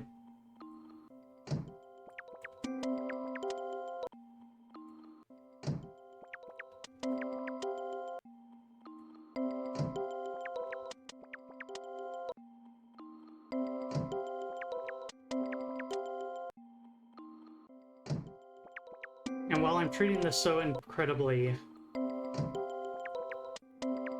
While I'm treating this so incredibly specifically, I need you to imagine that with the number of people playing this game, there's someone out there that came into this house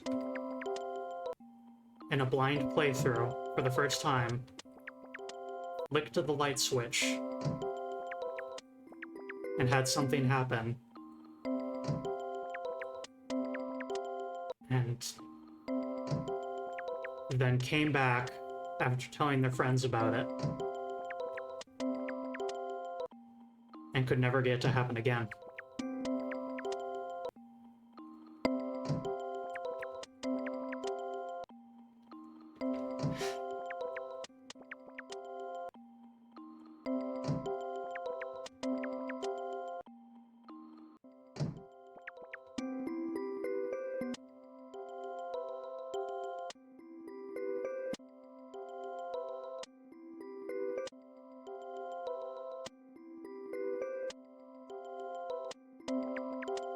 And yes, I suppose technically it's possible that I'll be doing this forever.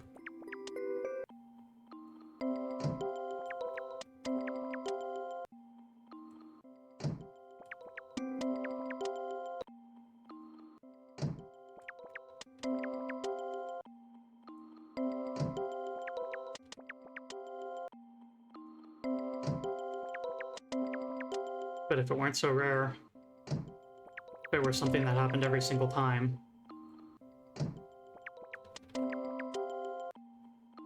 it wouldn't be a blip on the radar. The fact that this is an astoundingly rare event is what gives this its flavor.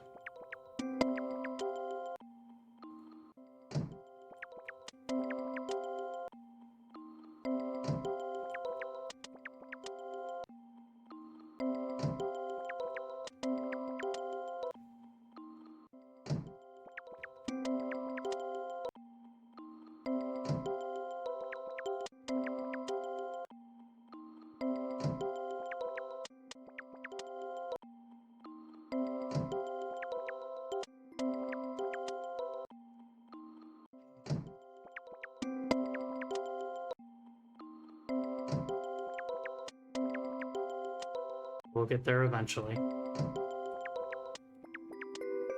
All shall be well, and all manner of things shall be well.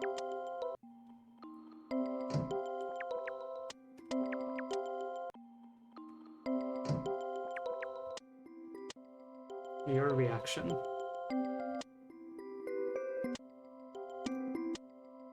Safe for work. I would hope so.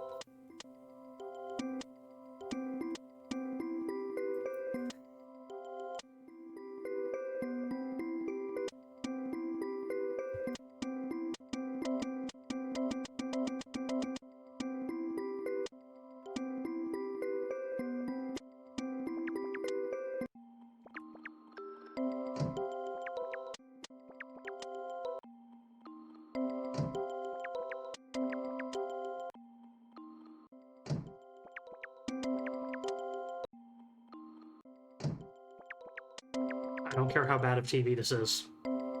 Genuinely don't care. I am showing all of this game, and that means this.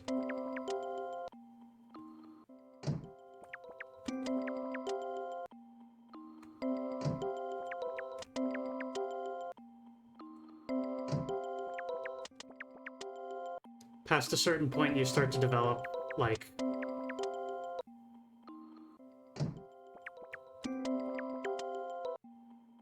superstitions. Maybe the reason it's not happening is because I need to, like, wait a moment in the house before I flip the switch. I don't know. Your mind starts to wander as you think of what is it that I'm doing wrong that's preventing this from working.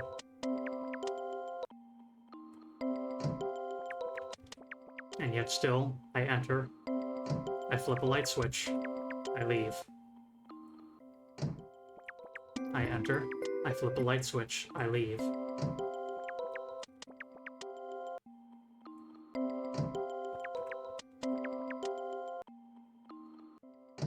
I wonder if somehow my game is bugged. If somehow there's not a random chance that's rolling.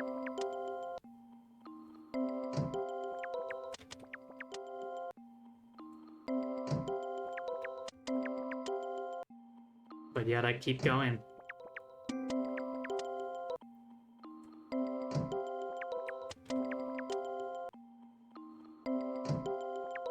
As long as it takes.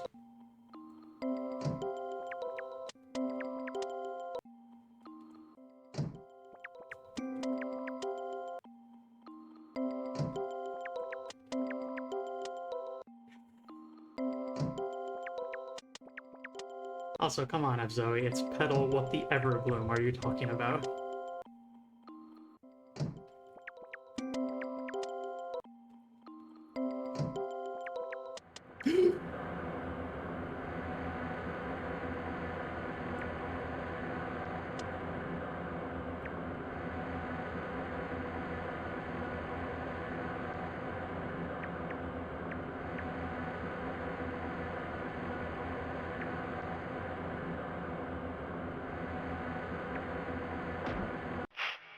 See how they shine. Daedalus 1134 just cheered 500 bits.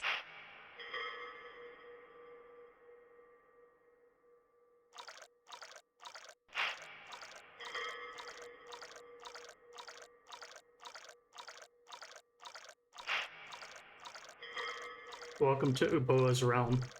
To another place. Y'all. We're trapped here forever.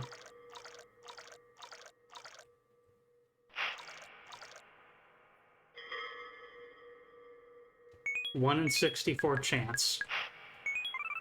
When you flip that light switch, the room breaks.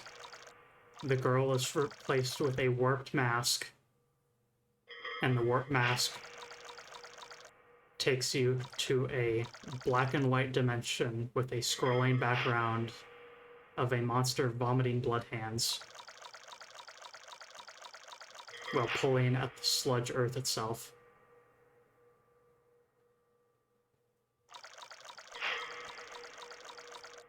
I have played multiple video games that have an Easter egg where flipping a light switch a whole bunch of times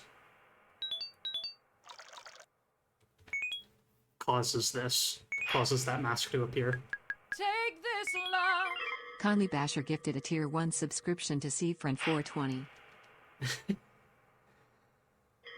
Thank you, Daedalus, for the bits, and thank you, Conley, It's time. for the gift sub.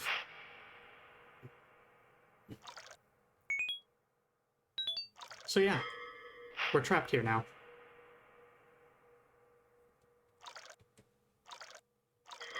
And I think that will do it for today's session of Yume Nikki. When I realized that I had found the entry point to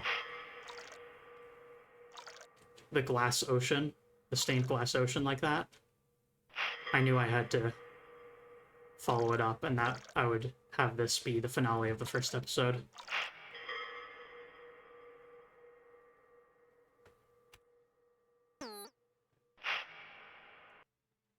Wake up. Let's save.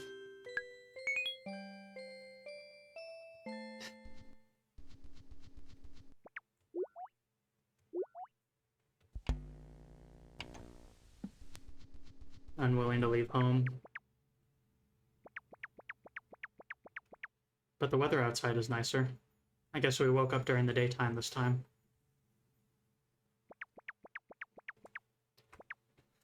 So, with that, thank you all for tuning in.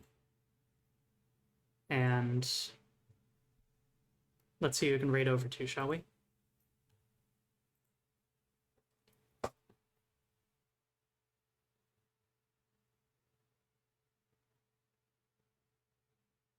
Frankie Pixel Show is... I don't think we'll be raiding to them, but I'm going to shout them out. Let's see. Shout out Frankie Pixel Show.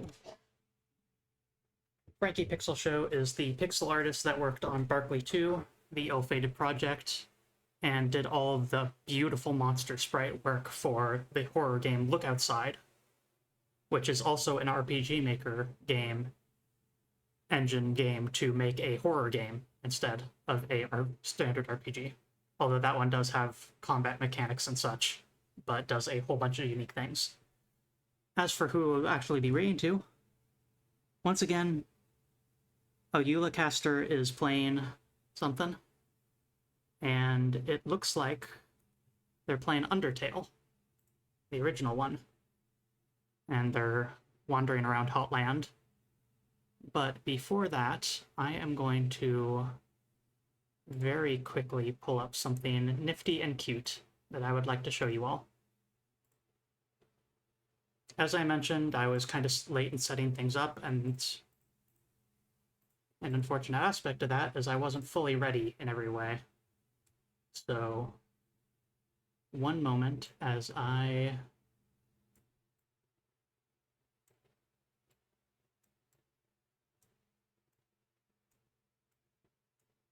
prep this here. You saw it for a quarter second, but pretend you didn't.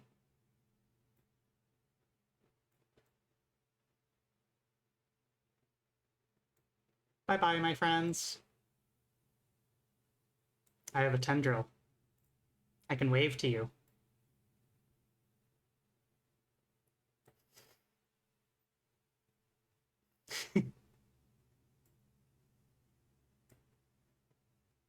Tendril.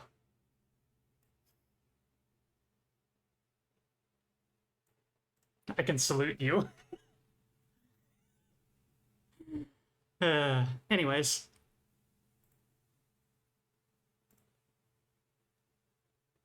Eula Castor is in Hotland and going through the original Undertale.